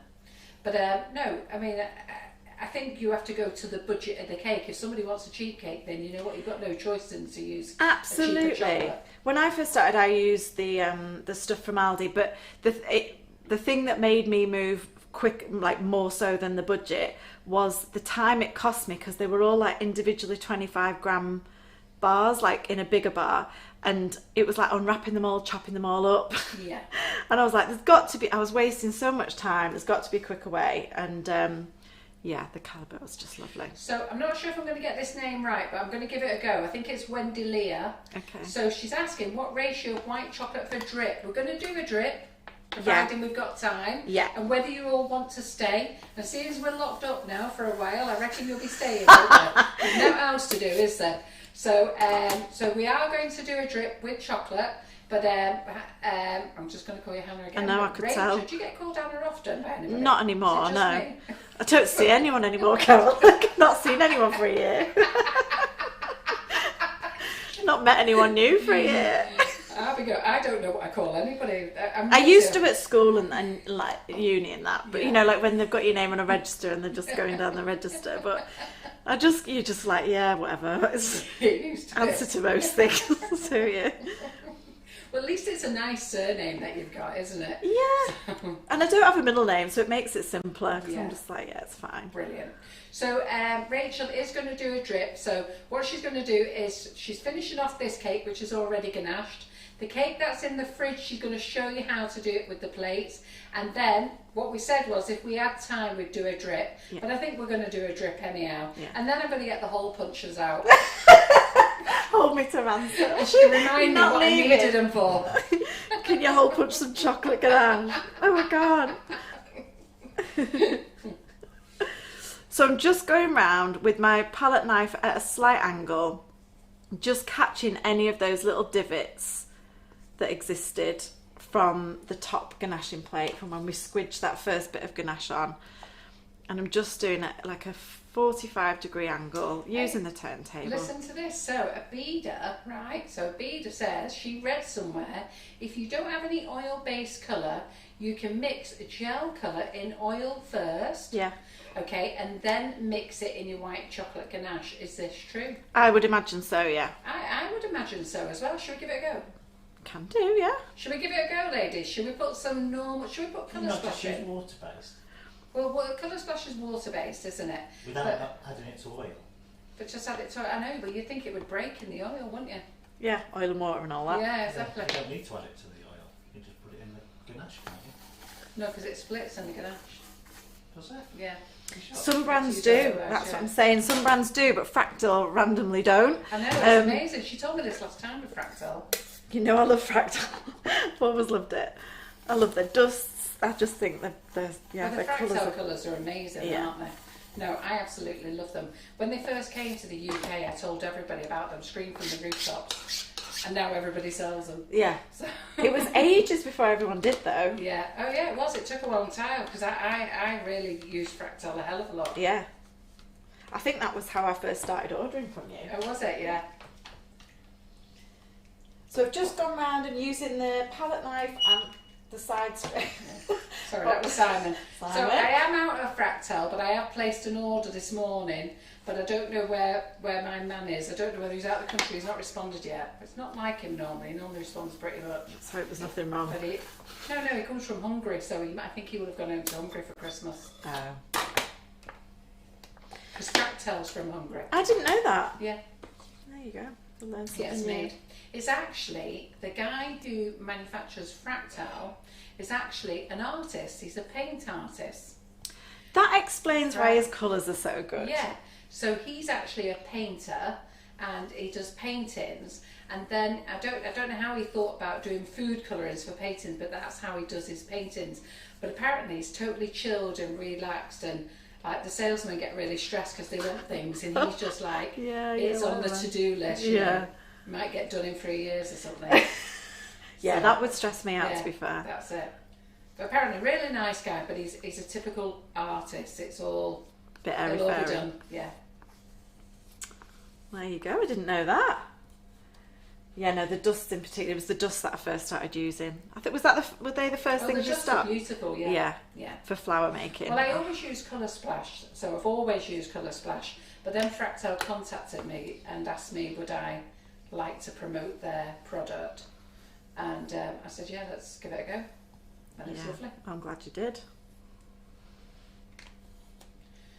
So the Fractal White Jane McDougall, you can put in your buttercream and whiten it out, no problem at all. The Snow White, the gel and the airbrush, I know you can do it in buttercream, but I didn't know that you could put it in your ganache. So yeah, I have used that to whiten my ganache. Yeah. So if you're doing like a ganache on ganache technique, obviously if you're colouring ganache, always try and use the white chocolate ganache because it's so much easier to colour, unless you're trying to get like a really dark colour, in which case start with a dark chocolate ganache because you'll use less colour. But if you're, doing pastels or anything like that, use the white chocolate ganache, and you can absolutely, so if for example, so I started whitening my chocolate ganache when people wanted a ganached cake for a wedding, because the white chocolate ganache with the cream is quite yellowy, so when you add some white into it, it just knocks it back and makes it a little bit less yellow. It's still, it doesn't go white, but obviously you can add more in, but it just really takes the yellowy out of it. So yeah, that's a good option. I'm just going to pop this back in the fridge. Get the other one out.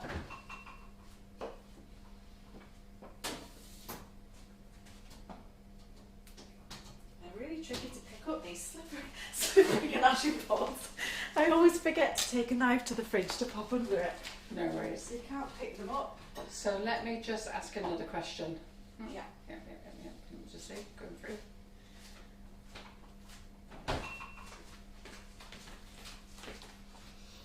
I don't know what portion means there.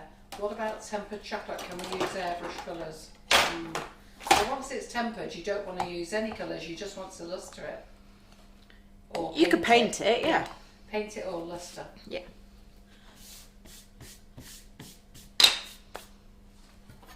I think you can colour tempered chocolate though, can't you? But I don't know enough. I don't work with like chocolate, like just actual proper like non-ganache chocolate. I like that. Melanie Harris, what's the bottle of white stuff, please? It's Fractal. We sell a brand called Fractal, which is absolutely amazing. And it's really quite funny because I had Hannah, the cake illusionist, that's her name, the right name by the way, the cake illusionist in the kitchen. And on the very first cake that we did, the cat cake, she didn't know much about the Fractal colours. So she is used to mixing I think yellow and black, or I can't remember which two colours it was, to get this colour. And she told me to do it, and I said, well, I'm using Fractal, so it's fine, it's true to colour. Anyhow, she got me to mix it, and I ended up with a purple cat, which she was mortified about. And since then, she's been using Fractal colours because how much she loves them and how they are true to colour. So, one way to go. So she had a beautiful grey cat, and I got a lovely purple one. Okay, so we're just switching back to the white chocolate now. So I've just given things a clean. And one of the things I will say, and I always say to my students, yes, I've just been told, so Jerry Chew, yes, who's a tutor in the kitchen Hi, here. Jerry. So she's just saying, oh, you know Jerry? Yes. Yeah. She's just saying, aren't you a lovely neat worker? Oh. Yeah, 'cause have you ever seen Jerry work? Yeah. Yeah, it's not neat. Not neat. Clean as you not go. our messiest.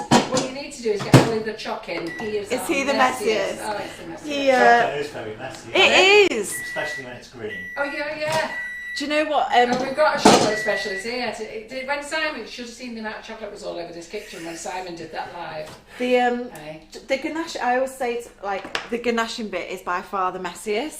So I'm all right with it. I quite like the ganaching bit, but I know some people like can't cope with the ganaching because it can, imagine if you're doing like a wedding cake or even 2 wedding cakes.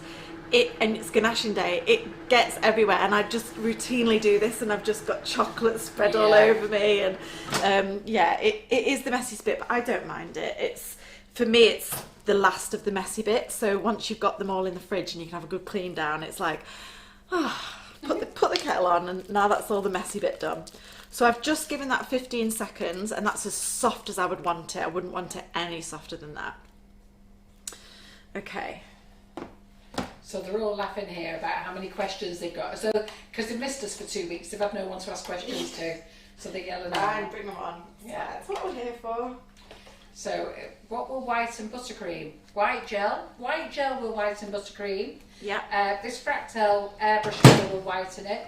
Whitener, we sell an extra white, and we sell a super white. That will whiten it. Which is essentially titanium dioxide, isn't it? Yeah, I think they're going to ban titanium dioxide. It sounds wrong, doesn't it? But it's in everything. It's in ice cream. It's in. I'm sure that I read that they were going to ban that. I'm sure I read that somewhere. That doesn't sound like something that Eh? should be No, it doesn't, does I it? think when you read the ingredients of things that you actually eat, Yeah.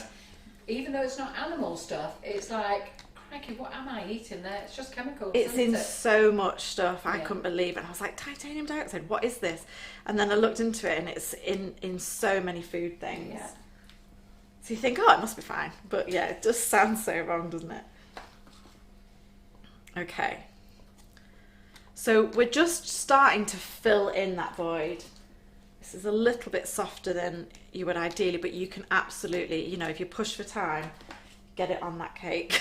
It's fine, don't worry. So Harlem Horses said, would a tiny bit of purple get rid of the yellow? It would, in yeah, chocolate? but you have to be really careful because it's Yeah. like literally the tie. Oh, you'll end No, up I with a think purple you- cat. I've not, eh? I'll end up with a purple cat. Yeah. Yeah, it's the tie. It's literally like the very tip of the cocktail stick. Like, yeah. I do just use like the whitening stuff because Yeah. I always have it in and it's just bung it in. But yeah, I've never ordered the specific chocolate ones in. I just use the fractal, or you can use powders as well. What did you do? Did you just, yeah, powders work fine, don't Yeah. they? Yeah. I just used what I had and give it a whirl. Yeah. So Maureen says it's been very quiet without us all. Isn't that nice? We've been missed. Yeah. Oh, we're back to normal, making loads of noise this week. Who's in my buttercream flowers class tomorrow while Rachel's putting this on? Because tomorrow is the day that I go under. I'm going to practice doing stripe cakes. What? I know, never done one in my life. What do you mean with buttercream? Yeah. Like with one of the special I'm going to do it scrapers? with whipping it up. So I'm going to use it with whipping Stripes it up and and I'm round. going to do buttercream. Eh? Stripes around, Yeah. go up and down. Listen, we're just going round for now. Don't start that lark, up and down lark. Are you using a special scraper, one of them special scrapers Yeah. for it? Yeah, I've never used one of them. No, neither have I. Oh. Listen, this is the girl. gonna be fun. This is the girl who's never had a smooth cake in her life. But we're going for it tomorrow. Apparently, part of my problem is I don't take my time. I rush, I slap it on. Very faffy. Yeah. So tomorrow there'll be a lot of faffing because we've got to take our time.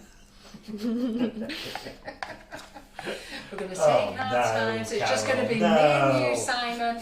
We'll have plenty of time to answer all the comments because it'll take me an hour just to get the coat of buttercream off. And smooth and smooth and smooth. So I'm just layering this on, and the softer it is, the longer it'll take you to do this. So this is a little bit soft, but it will still go on. And if it is a bit too soft, get one layer on and just pop it in the fridge. Let that firm up. And meanwhile, your other stuff left in your bowl will be firming up as well. I usually get asked whether you can firm up your ganache in the fridge, you know, like once you've made it, to then get it to the point of being ready to use it quicker. I only do that in case of emergency, like if I'm really behind. Let me just interrupt you now. So can you see, ladies, now by using the board, it's going down over the cake drum as well. And I don't know if Simon can see it that well on the kitchen, because on this camera, you just see like the little gap just between little bits. But as you fill it in more, Yeah. it will go lovely and smooth, won't it? Yeah, That's what I'm hoping for my stripe cake tomorrow. I believe in you, Carol. Eh? I believe in you. I think you can do I it. tell you, listen, I'm going to have an award tomorrow if I master this. I wanted to practice over Christmas, but in the end, I've ripped all my cupboards out instead. Well, So that I've ripped obviously out was every calling single you. cupboard. Yeah. It was obviously calling you. It's a good job to do that though, isn't it? I think you just got to do it once at least, haven't you? Yeah. And then you're like, okay, now I can get on with my Yeah. actual to-do list. So we just keep taking that round, and I don't know if you can see close in from the front, Simon. Do you want me to adjust this camera around? Is it on this one? Can do. I'll do it. We can do it from the I'm front on if this you one want. at the moment. Yeah. But this has got a nice angle. It's got a better angle if I move it. Yeah. You might just be able to see Yeah, we've got when it. he moves. You can see where those slight gaps still are. Yeah, I can just see it. Just Ever a so tiny bit. slight. So like here, there's a gap, and as you take it round, so it'll scrape off anything that's sticking out beyond the perimeter of the two ganaching plates. It will scrape off, and it will show you where there's voids and gaps, and then you just go back in with a bit more ganache, and you just spot applying those now.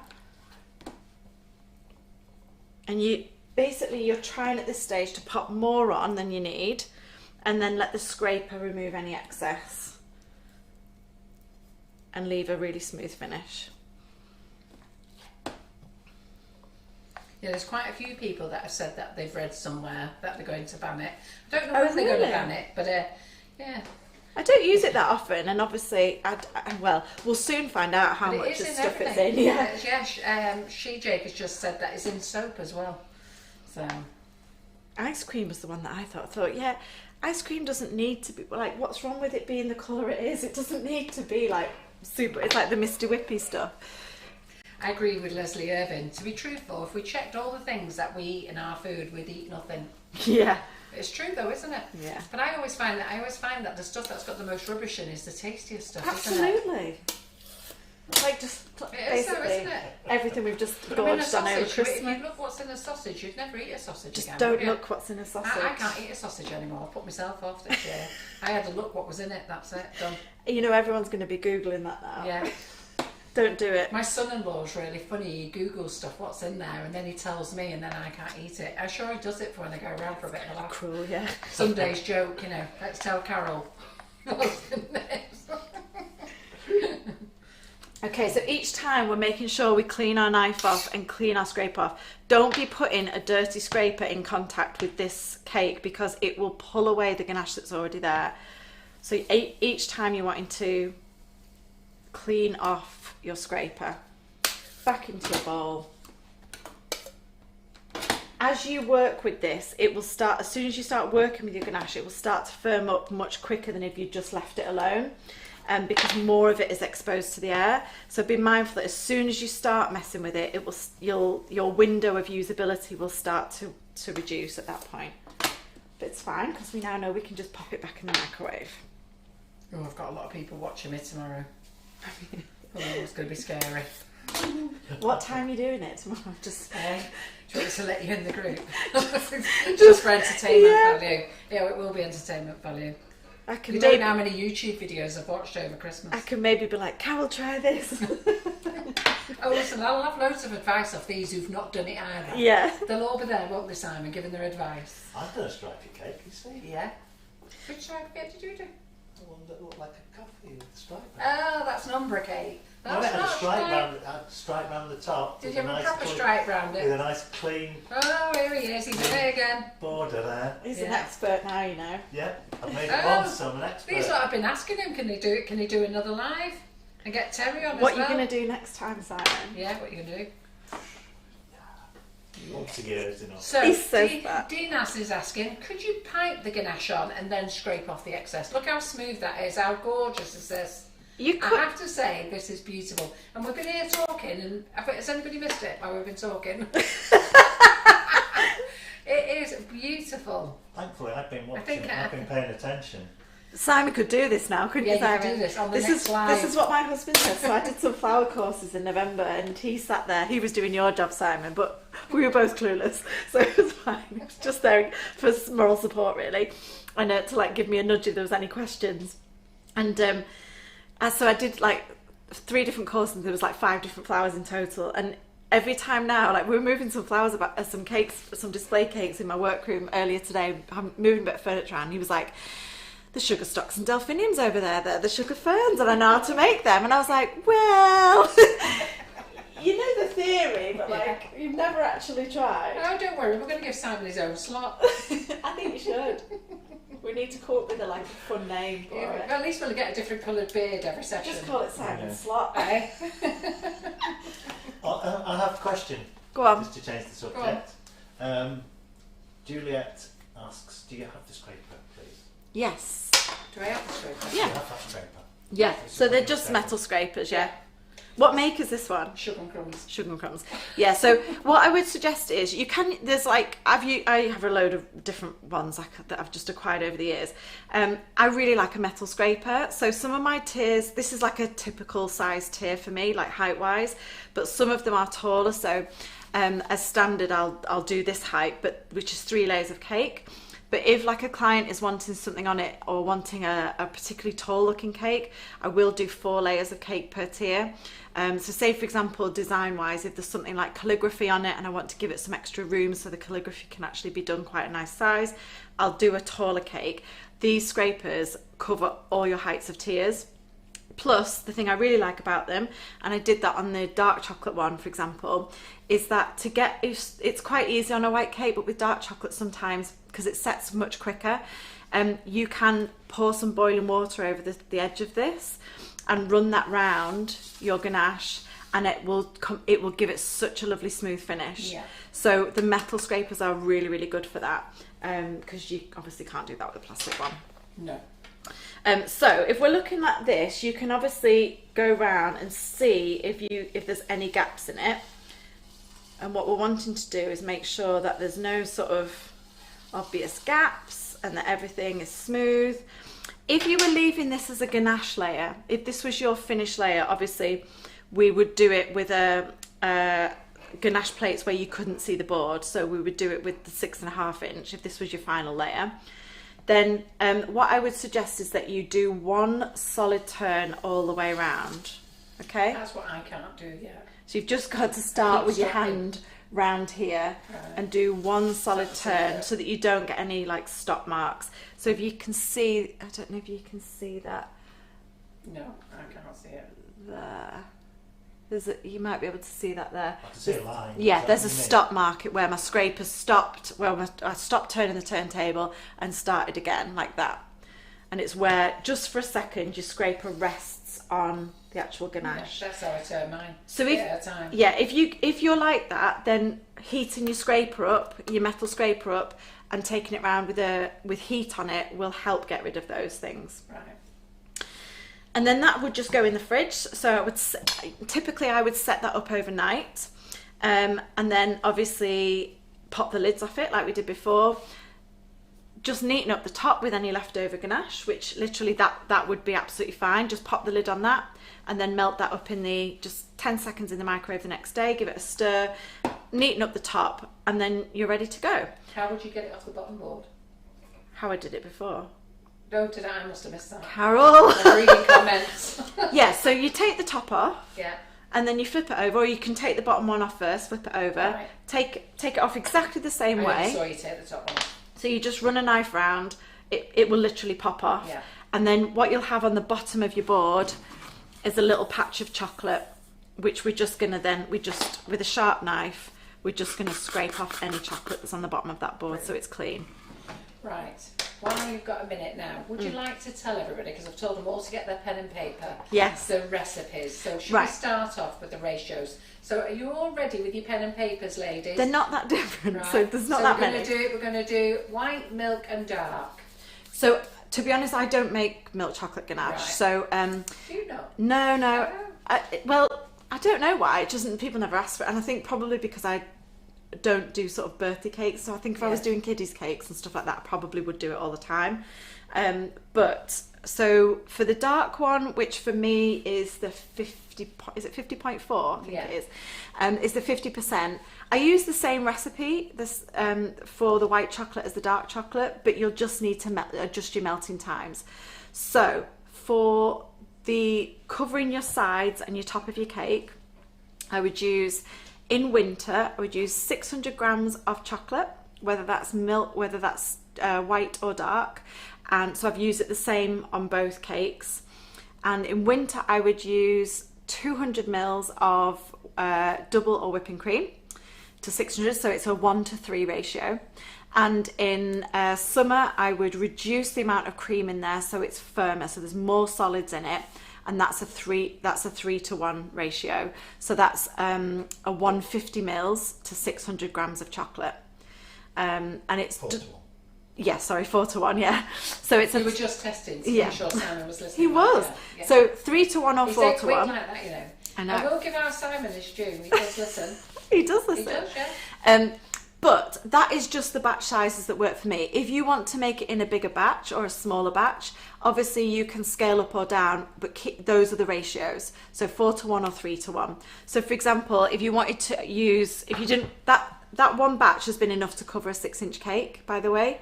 So that's 600 grams with either 150 or 200 mils of cream is enough to cover one 6-inch cake. If obviously you've got a bigger cake or you've got more tiers to cover, you can scale up. I personally like, obviously you've then got to increase your heating time in the microwave as well, which is why I just make several batches of 600 of that 600 recipe, because I know it's so many seconds in the microwave. My microwave, I know it's 45 seconds, mix it, 45 seconds, done. And then I just have 4 or 5 bowls of it. And then I can work at the bowls, like work with one bowl at a time, because if you have a bigger bowl of it, then basically what's going to happen, the more full that is, the more that heat is going to be retained in the middle of that mix, and the outside of it is going to be quite firm and the inside is still going to be soft. This size for me works really well because it's not such a big batch that it cools unevenly, if that makes sense. So when the batch is ready, the whole of the batch is ready. It's not like there's a huge mountain of ganache in a bowl where the outsides are firming up but the inside is still really soft. So right, so I've got to ask you, can you just repeat it again? Yeah. So can you do the dark, exactly how much dark and how much cream? So 600 grams of the dark chocolate chips. And can you show them? Because if that's Calabo chocolate, it's the best. Yeah. So I tend to use this, the 54.5%. So they also do a 70%, which is delicious. That's as sort of vegan. Are they? Yeah. That's as sort of strong as I would personally go. But that is a matter of personal taste. So like my husband will eat sort of 80-90% chocolate and it's so bitter. You can absolutely use that, and I will use, if I can't get hold of this, I'll absolutely use that, not a problem at all. I tend to use this because it's bear in mind that I'm dealing with lots of different clients. It's a good sort of all-rounder. It's not going to offend anyone's palate, that one. So with this I would use 600 grams of the chocolate chips, and make sure you try and get the chips. So other brands will do like chocolate chunks or like the big chocolate buttons. These are just normal chocolate chip size, because obviously they melt a bit easier than the bigger size ones or the chunks. Callets. Yes. So 600 grams of that, and then either with the 4:1 ratio you would use 150 mils of cream. So that's a summer recipe, and the 3:1 ratio would be 200 mils of cream. So there's 200 mils of cream, 600 grams of chocolate, and that will give you. That's the winter recipe, yeah. Okay, and it's this. I use the same for the white chocolate. Other people might disagree, but that's what I use, and each their own. If you use different ratios, that's absolutely fine. This is what works for me, and that's. You will be fine with it if you use those ratios. With all white, milk and dark. Yeah, I don't really do milk, so I'm not going to say, but Yeah. I don't see if it works for white, it'll work for milk. Yeah.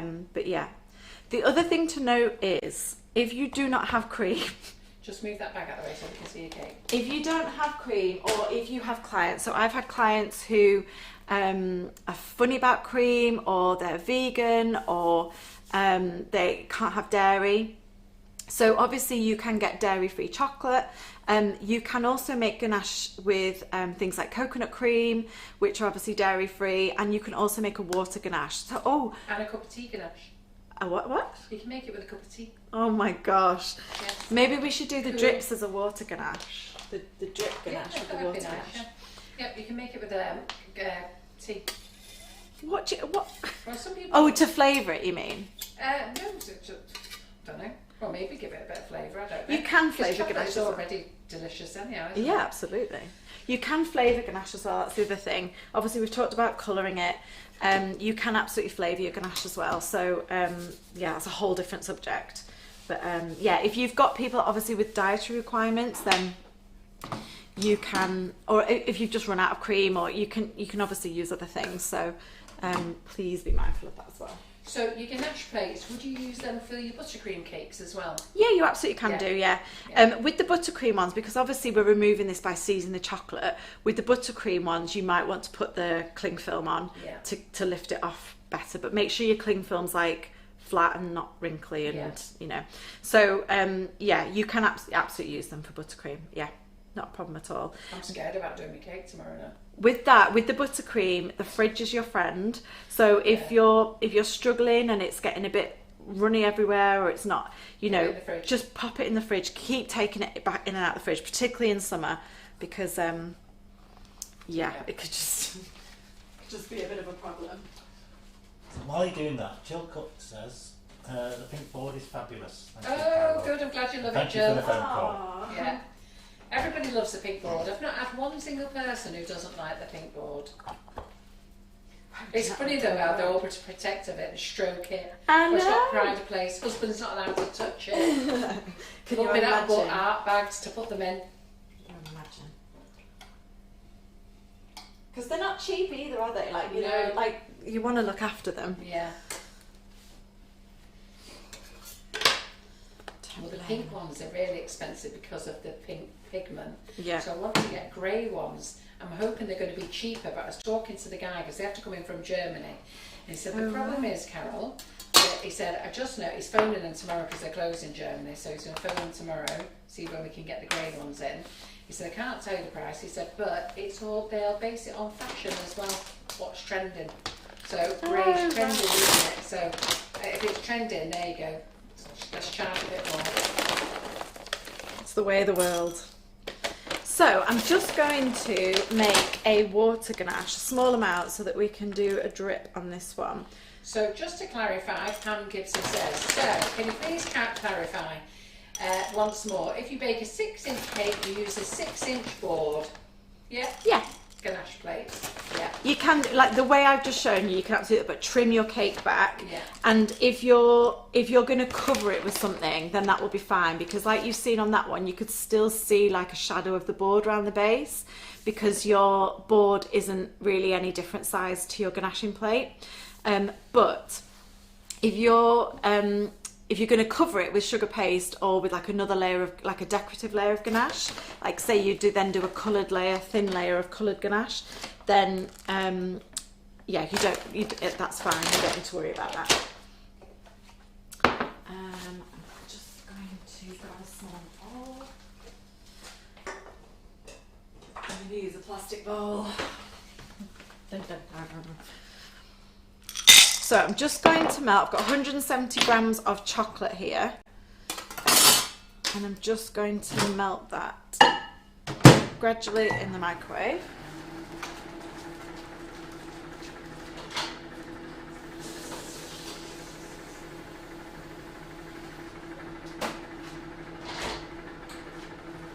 And I'm just So boiling Madge it. is asking when the pink boards will be back in stock. I'm hoping by the end of the week. So, yeah, phone the supplier. No, I emailed the supplier last night. He's messaged me today to let me know when he's going to have them. And I'm hoping by the end of the week. Put some colour in that one as well. So I'm just boiling some water in the kettle as well. So we're going to make a ganache. Instead of with cream, we're going to make it with water. It's funny how you can make it the chocolate ganache with water when you think that the water will ruin it, isn't it? Yeah, so this is to do with ratios. Yeah. So if you were to melt your chocolate, so I'm just melting Now that retains heat, those plastic bowls, Okay. those ones, so do be careful, they might get a bit of burn. So you want another plastic bowl.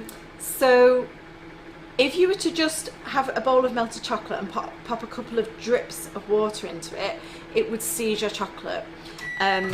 If you put a larger quantity of water into your melted chocolate, it kind of just mixes with it. It doesn't seize, and it's to do with it's almost like you've flooded the chocolate with water, so it's not, I don't know, there's a science to it, but that's the difference. It's, if you were to just put a little bit in, it wouldn't like it, and it would go grainy and horrible. But if you put the right amount of water in it, so we've got 170 grams of white chocolate, and we're going to put about 30 grams of water from the kettle into it once it's melted. This bowl does get hot. It's funny how plastic gets so hot, isn't it? Yeah. Like, I should just say be careful with those ones because they do. we'll see what happens. And then I think we'll try and pop a little bit of colour in it as well. The white to show.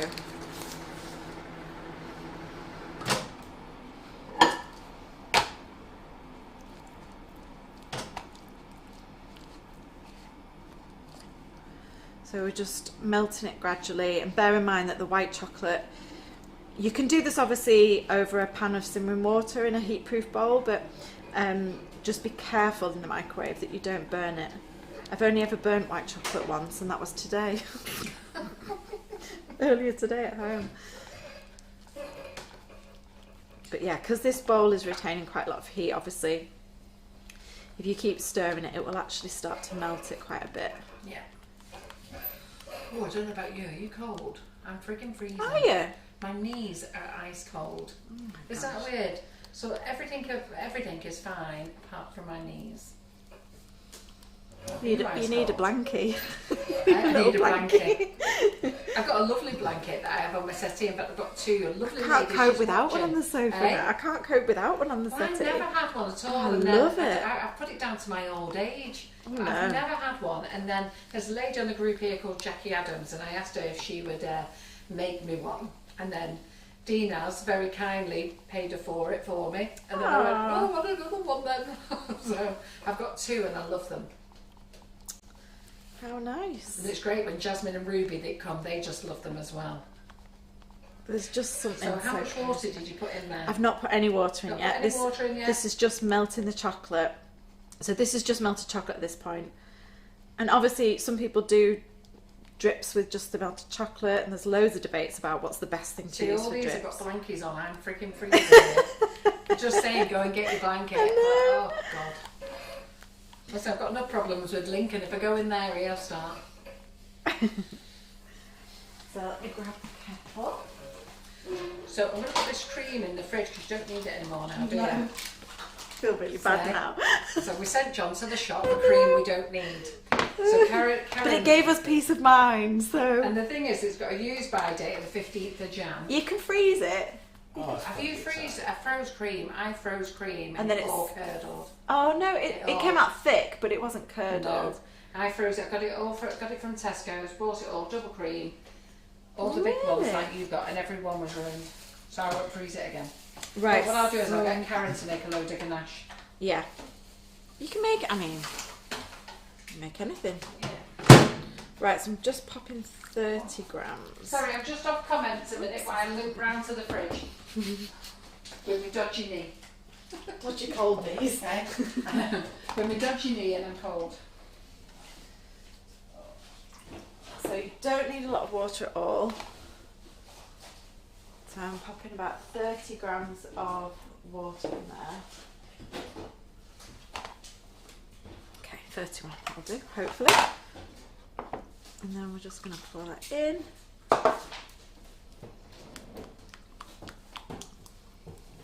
And it will look bad for a little bit. It will look like it's sort of curdling a little bit, but just keep stirring it. So how much should we put in there? 30 grams of water to 170 grams of white chocolate. And you can use, you can use water ganache to cover your cake if you prefer. So if you've got dairy-free chocolate, then you can add water to it to make a vegan. But you said it was vegan, didn't you? The Calabar, The dark one is. the dark chocolate, Only yeah. the very dark one. No, the 54's. The 54 won't be. 54 is. 54's not. Is the 54 is. 54 vegan? Yeah. Is it? Yeah. Oh, I didn't think it was. And then you've got a lovely smooth ganache with water, Oh, which I was yeah. always taught don't mix water Yeah, with chocolate because yeah. it will seize. Yeah. And it does if you add a little bit, but Yeah. if you add enough, it just mixes. Yeah.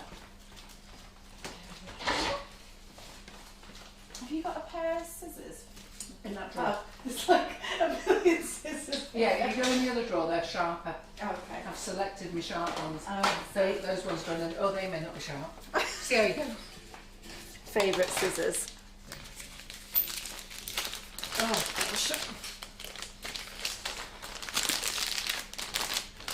So this cake has been in the fridge. Obviously, with the drips, the idea is that they drip down the side of the cake, but they don't all drip off the cake. So it's that sort of, again, the sweet spot of having a cold cake. This isn't too cold because we've not had it in the fridge for that long. But having the ganache runny enough so that it does drip and it doesn't just sit up at the top of the cake, but that it doesn't just run off there. And obviously the cold of the cake will help sort of solidify the chocolate a bit. So I'm going to go with that. See what happens.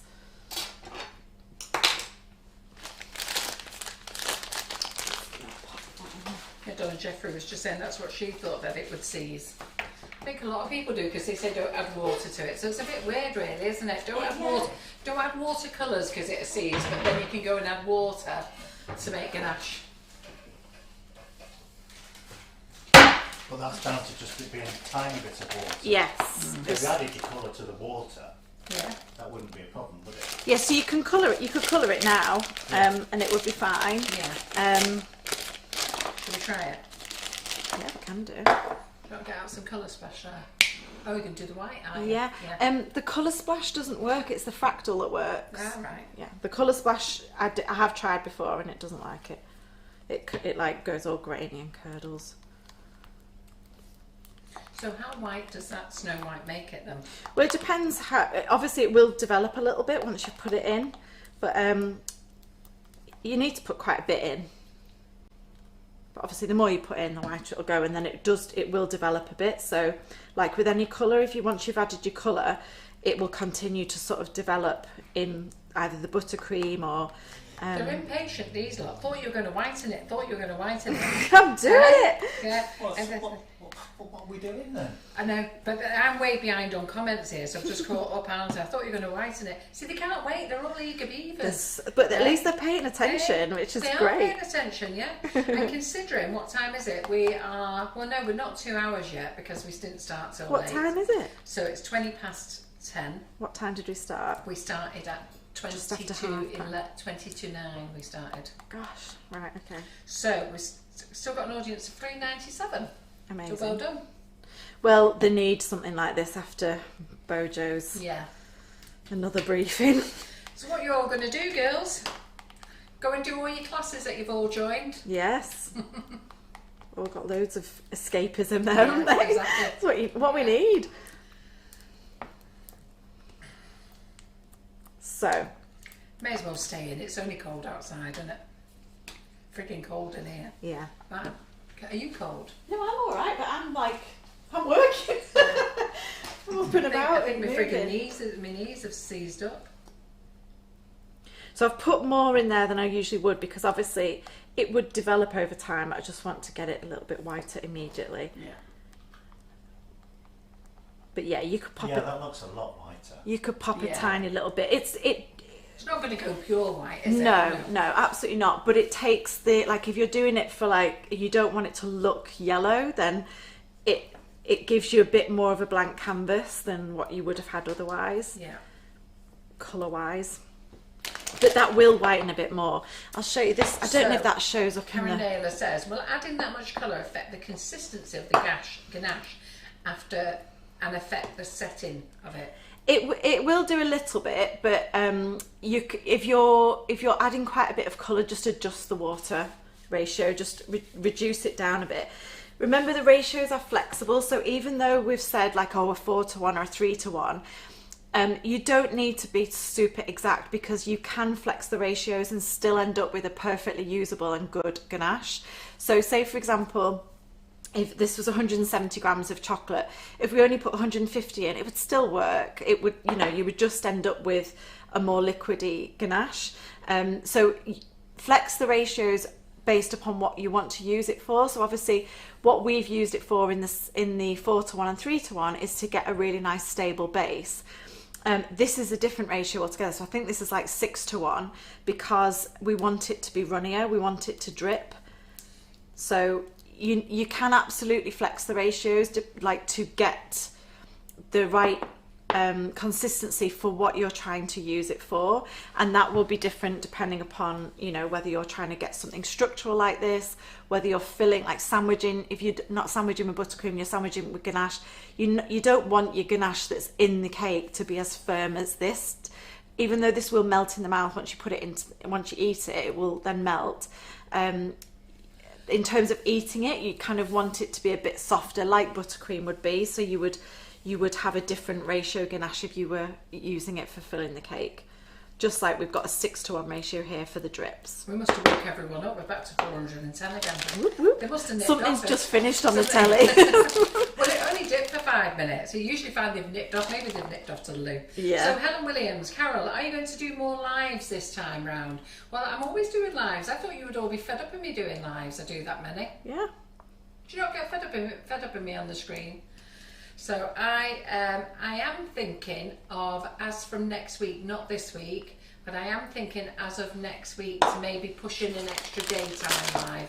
But I just need to speak to Simon and speak to Terry. There you go. Heard it here first. Yeah. Not about being on it. Eh? Well, no, I just thought we'd all muck in and do something.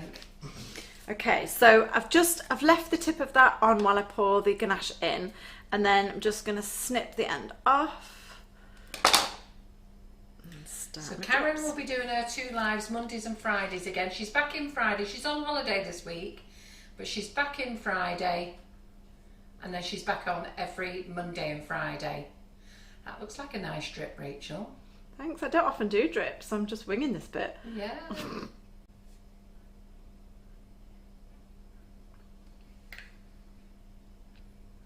So Margaret, she added Fractal Snow White. She added the airbrush one, which is the Flow Air range from Fractal. I'm assuming the gel would probably work as well. Yeah, I'm the not gel sure does whether I've work. got stock. I placed an order with Fractal today, but I can't remember if I needed Snow White or not, so I don't know if I ordered it. So if it's not on the website, it's on the order. So I used the Fractal gel colours as well. I tried it today before coming on, and they do work for colouring the white Oh, do chocolate as they? well. Yeah. Yeah, right. So so it's the Fractal range, and it does work for colouring the white chocolate ganache. And that's a lovely drip, that's very nice. Thanks. But do follow the way that Rachel's done it. So, you know, if you're going to go back, keep this live, save it, because you know you can save lives, can't you? You can save the link. I didn't know that. Yeah. I do You like just that. take it to the top and then copy the link. So what you might want to do is go fill in the top, especially if you're then going to go paint it gold or something like that. Is to just go fill in the top. So it looks like the whole thing has been flooded. Well, while we're waiting for this to dry, we'll get her to get the cutters out and make some baubles. And then we're going to get her to paint these gold. Stick this in the fridge and see how it goes. That's a lovely drip. But try and make sure that when you're putting your drip on, that your cake is from the fridge, so that the coolness of the cake actually starts halting the drip. But yeah, obviously if you want them thicker, you can leave this for a little bit longer and have your cake even cooler, because this has been out a little while.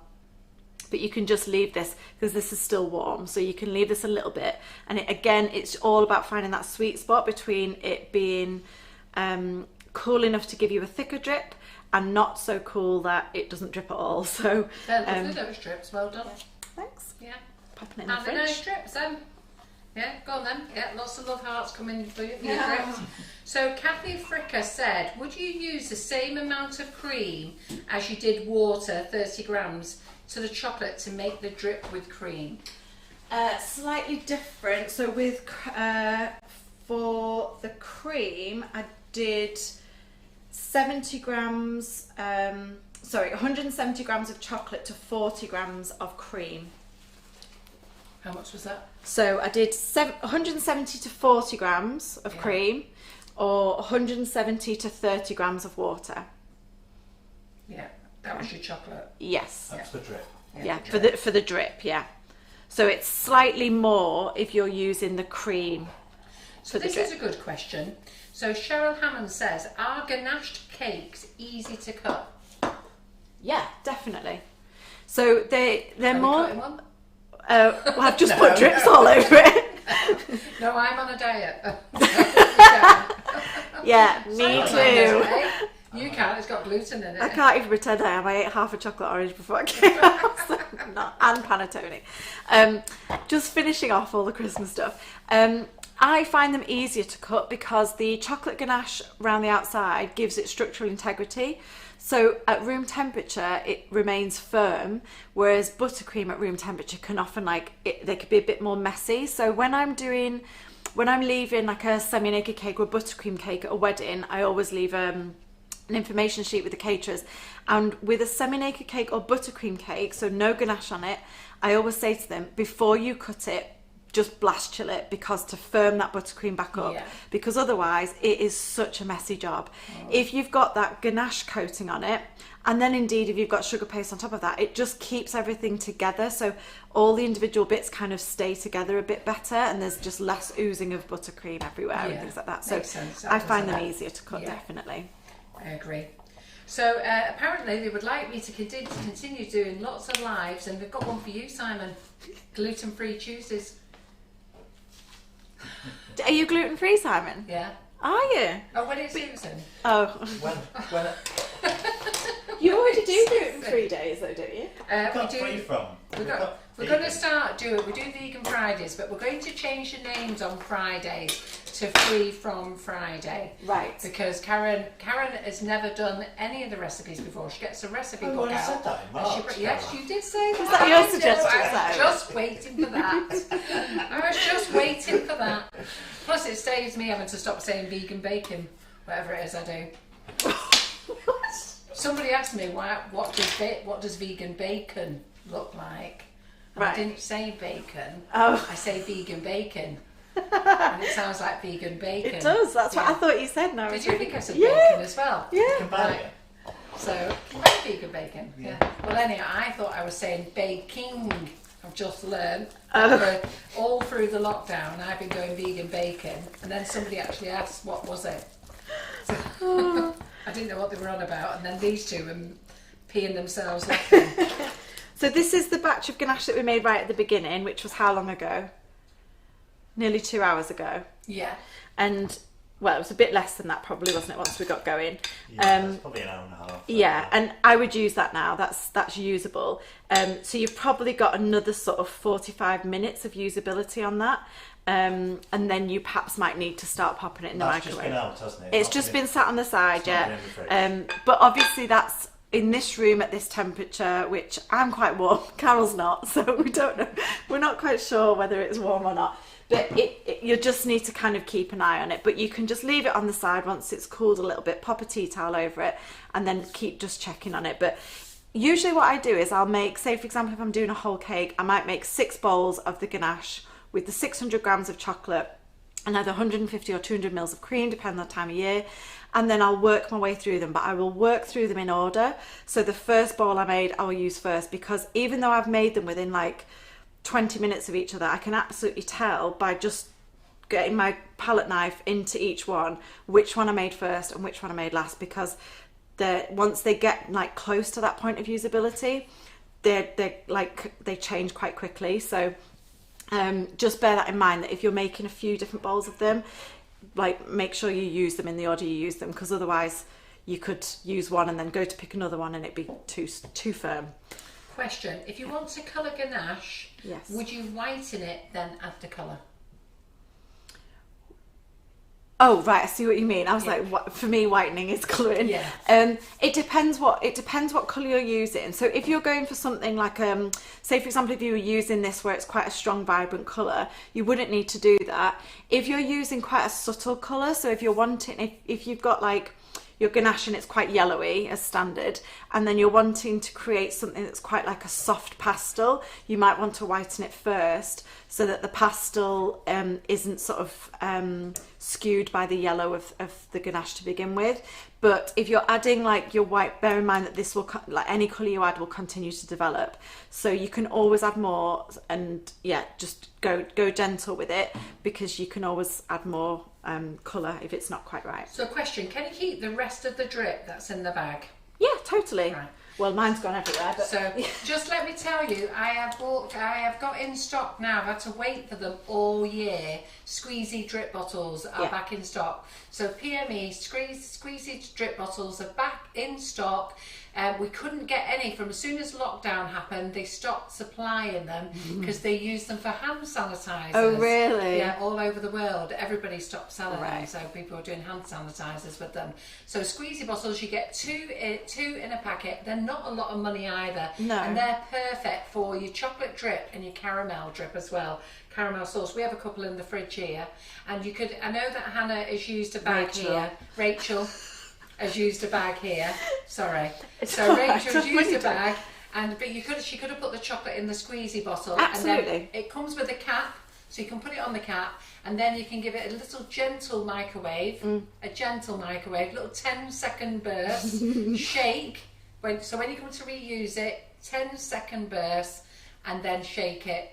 Keep shaking between each burst, and then it's ready to go again. Squeezy bottles are brilliant. If you had used a piping bag, I wanted to reuse that, I would just squeeze that into a little Tupperware, because it will sort of, it's obviously the piping bag is open at both ends. You can see it's just squidged out a little bit, but I would just squeeze any excess into a little Tupperware, pop it in the fridge, and it will keep for a couple of weeks in the fridge. And you can just use it, either pop it back in another piping bag or a squeezy bottle, or use it for whatever you want. The squeezy bottles, you can leave it stored in there, but it'd be no problem. Oh yeah, absolutely fine. Right, so let's see if there's any more questions. So they're all saying they're fabulous live. They've really enjoyed it tonight. Aww. Okay. Was the water warm? Yes, it was. From the kettle, yeah. Yeah, just straight off the kettle. Was it easy to cut? We don't have to keep it in. It's very easy to cut, yeah. So easy, yeah. Can the drip be painted, and what paint or dust? Yes, you can paint the drip. You can lustre it if you wanted. You can lustre it. We've just popped it in the fridge. You've got your chocolate cake. Oh, you've dripped it, haven't you? I was going to say we could have lustered it, couldn't we? What, aren't we ding dongs for not thinking about doing half a cake? Yeah, it's going to be a while to set that. So Jay McDougall said the Fractal Snow White is in stock on the website at the moment. So grab it while you can. You need it in your life. Grab your squeezy bottles. Calabo chocolate's in stock as well. It's the best. And Calabo chocolate is the best. Yes, it's absolutely. There are other brands, and you'll see other brands out there. And I've tried quite a few, but Calabo is the one that for me is the best sort of balance between quality and price. Yeah. But yeah, obviously do what you need to do for your budget. I know there's the hardcore Aldi shoppers. I get that. And I used to be one. I do, but I think when you up your game and you change to Calabo, you then realise. And I will say, Karen Naylor in the office just before Christmas, she was telling me that the way she was taught to eat chocolate, like I just gobble it up. Me too. I don't really taste it. But then she said, no, just put a Calabo on your tongue, let it melt, and that's the difference. And that's when you know the difference between a cheap bar of chocolate and an expensive one, because a cheap bar of chocolate, you just gobble it up, whereas if you have the quality stuff, so it is beautiful. And in terms of, aside from quality, I just find it I like how it comes in sealable pouches, different size bags.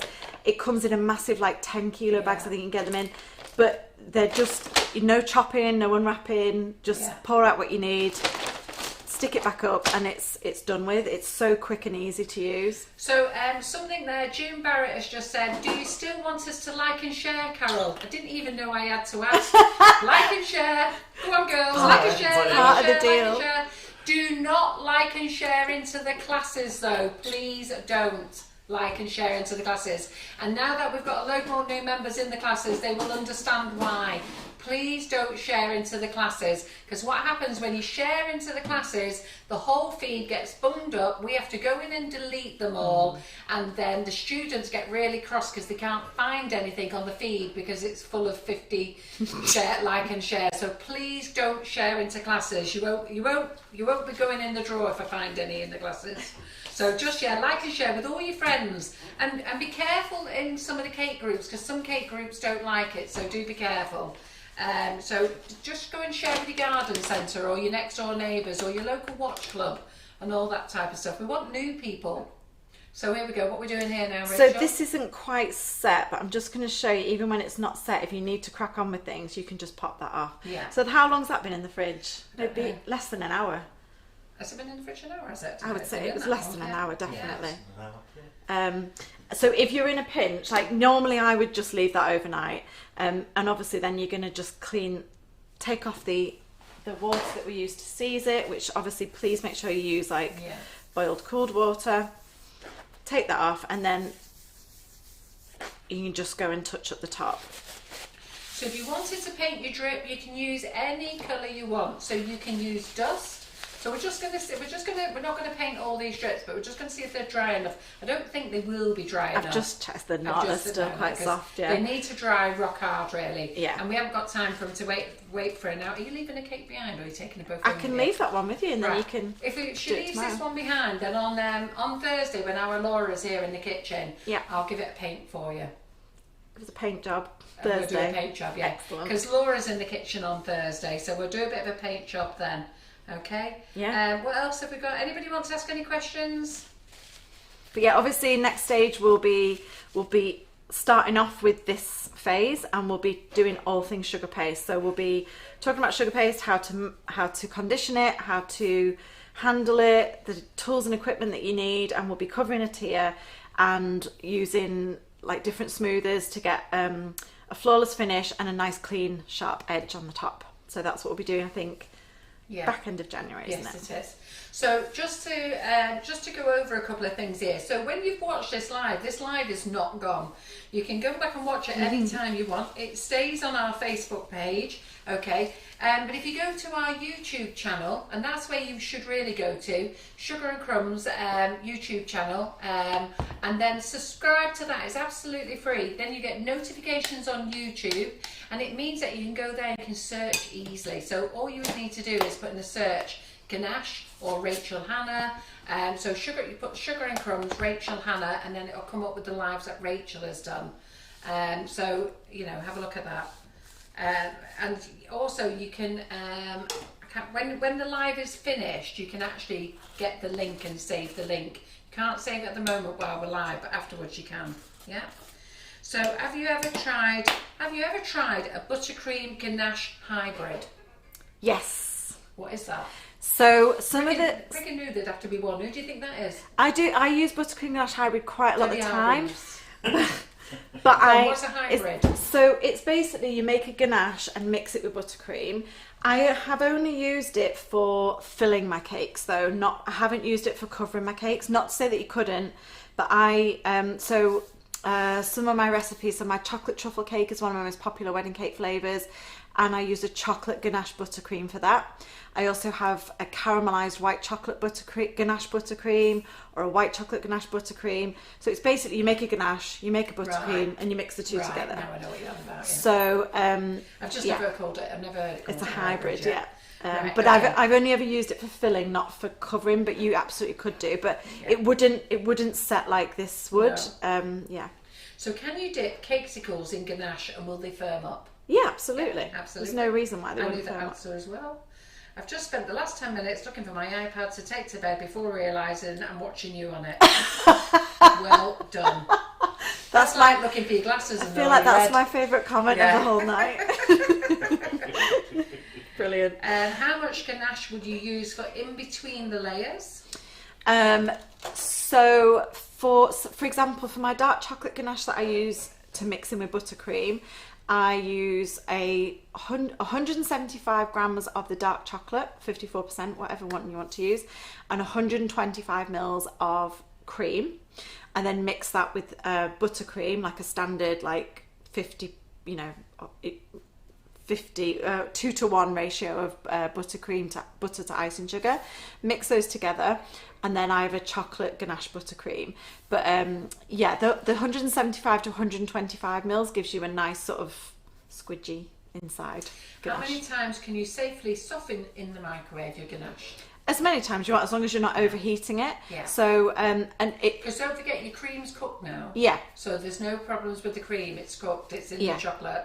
You're just softening it. So it's literally like 10-second bursts. So you're just softening it. And as long as you, in between times, you keep it in a sealed container in the fridge, it'll be fine for a couple of weeks. Well, they're all saying an absolutely fabulous live. They've absolutely loved it. Oh. So I think I've kept my chit chat down. Not been chatting so much for Not at all, no. Yes. I Been only chat because I ask questions. keeping the questions I've going. ignored loads of questions. Lots of information. So Helen Miles has said lots of information tonight. So she's really just enjoyed it. Jenny March, thank you. Fantastic. Tracy Scrivens, fantastic. Lynn, they're all saying fantastic. Oh, so thank you so absolutely much. fantastic. I'm going to whiz past all the rest Even of the though comments. I split my Ganache. So and then we're going to sort out Hannah's class. Do you want to tell me Rachel's class. Rachel's class. For God's sake. Maybe should I just give up? Just accept. Rachel, do you want to tell them about your class again? So the class we're going to do mid-Feb, so it's 15th of Feb, which I think is a Monday, isn't it? So we're going to spend the whole day, we're going to be talking about, we'll talk about so many things to do with wedding cakes, but we are going to be making up maybe a couple of tiered buttercream covered cakes. So we'll do a semi-naked cake, and then we will do a like a buttercream textured cake, and it will include sort of filling it, covering it, stacking, decorating, and we'll talk through all kind of like the practicalities, the logistics of timings of when you would do things typically. So if you had like How a many Saturday tiers wedding, would your wedding cake be for the class? so we'll probably it depends if we'll do 2 or 3. Yeah. So we might do it Has one, to be 2, doesn't it? 1, at least? 2, and maybe Yeah. 1, 3 tier. Yeah. So we'll also be What, decorating in them. one day? Yeah. A 2-tier and a 3-tier? They're quite quick to do. Yay, look at that, girls. You want to get on that wedding class, don't you? 2-tier and a 3-tier. They are. These two are dancing. It's crazy. Dancing but sat down. It's a I skill. thought you were only going to get one cake, but you're going to get a 2-tier and a 3-tier. yeah, I all think- real cake as well. Yeah. They're Yes. quite quick to decorate. So in terms of if you are looking to do this as a business, the margin on these if you are charging properly, the margin on these can be really, really healthy. We were talking about margins earlier. The profit margin on these, if you get quick at them, can be really, really healthy. So it's a really good skill to make. A lot of people who are entering into wedding cakes, perhaps they've home bakers or they've started doing cakes for friends and family, they enter into the wedding world with like semi-naked cakes and buttercream cakes, so it's a really good introduction. There are some practicalities required, so timings, not making sure that things dry out, making sure that things don't collapse, all that kind of stuff, which I know will stress everybody out. Delivering, transporting, and so I'll cover all of that, and we'll also be like decorating them with fresh flowers, which is typically how they are decorated. Tell me now who wants to do this class. It's going to go live on the website tomorrow, so all the half price classes should have finished last night, and then I asked John to keep them on till today so that I could talk about it in this live, and I'm going to give you one more chance. 4 o'clock tomorrow afternoon they are going off sale, and there'll be no more half price classes at all for the year. No more. She said so it. they won't go back on sale again. They've gone, that's it for the year. That's it. And then we're going to start our new phase of classes. So go on, just give me the heads up now. Who would like to join Hannah's? Rachel's. Friggin' hell, shoot me now. For God's sake. Simon, who would like to need join to do Rachel's wedding cake class? And we've just been told you're going to make 2 wedding cakes in that class. Now, of course, you can watch, you can do it with her, but I would suggest that you watch. There's going to be quite a lot of information. I would suggest that you watch and learn. So 2 wedding cakes and all the questions that she's going to talk about. So I would love to see some yeses. Who's going to do that? And the class will be on our website tomorrow, and it will be done by its own Facebook group. And I'll be having Jane McDougall in that group, cheering everyone along, because she's great at cheering everybody along. Have you seen Jane? No. Oh, have you never seen Jane? Oh, she's brilliant. She doesn't know yet. She does now. I just told her. Perfect. Yeah, so lots of people are saying that they're going to be doing that, so I'm sure amazing. you're going to love it. It's definitely going to be one. And don't be waiting for it to come in the half price sale. It won't be coming in. Not this year. No, maybe 2 years. So we've got a few here who won't look for it. Amazing. Yes, good. So yeah. Right, do you want to carry on telling about the class, because I rudely interrupted you? So we're going to do 2 wedding cakes. we're obviously going to cover all the logistics and practicalities and how to structure the internals and everything so that they're safe, how to deliver, the best ways of delivering, storing, all that kind of stuff. Timings during the week of when you would need, what you would do on each day. For example, if it was a Saturday delivery, and also we're going to decorate them. So typically they're decorated with fresh flowers, but we're going to do a few other bits on there as well. It'd be nice to do fresh flowers. Yeah. A lot of ladies need to understand about fresh flowers. Yeah. I see it on the group, somebody puts fresh flowers on and they go, can't put those on, so Yeah. there's a way. Yeah, so we'll talk through that, because there are considerations to make, and some cake decorators are like, absolute no, you can't use them. I'm not like that. Like, you've got to be practical. Some clients want it and they don't have the budget for sugar flowers. So I absolutely specialise in sugar flowers, but there is a time and a place where fresh is absolutely needed. So some people decide just not to do it, and that's fine, that's their choice. But if you do want to, it's a good entry level skill to have, and I'll tell you how to do it food safe. And we'll also just cover off some different ways of actually placing your flowers on, like, the 3-tier and the 2-tier, because obviously from a design point of view they're quite different. So we'll cover off some of that as well in a really contemporary way that's really sort of on trend and sort of in demand at the moment. And we will also maybe cover off a few other bits as well, like maybe some metallic gold leaf and things like that. That would be nice, wouldn't it? Just really quick and easy ways that you can kind of impress clients and create a bit of a wow factor with your cakes. So and keep your margin. So that's it. Yeah, very good, very good. Right, well, that's us all done then. So thank you very much, everybody. So thanks for. I'm not going to pop round there again because of social distance. It'll take me 10 minutes to get my leg to work. My leg was wonky as it was, and now it's a frozen wonky leg. So, what's the class going to be called, Carol? I freaking don't know yet. What is it called? It's Wedding Cakes with Rachel Hanna. I don't know. We'll say tomorrow. Maybe. Introduction to wedding cakes, because we might do some more advanced stuff further down the road. I think, Introduction to Wedding Cakes. Do you like that one? Yeah. Yeah. Okay. How much is it going to be? I think it's going to be 40 quid. Did we agree 40 quid? I think so. Yeah. Yeah. Because how much are your classes normally? If they were doing your classes, so I think they're like £100 odd, aren't they? Yeah. So if you I've taught like basics. At a bargain. Yeah, total bargain.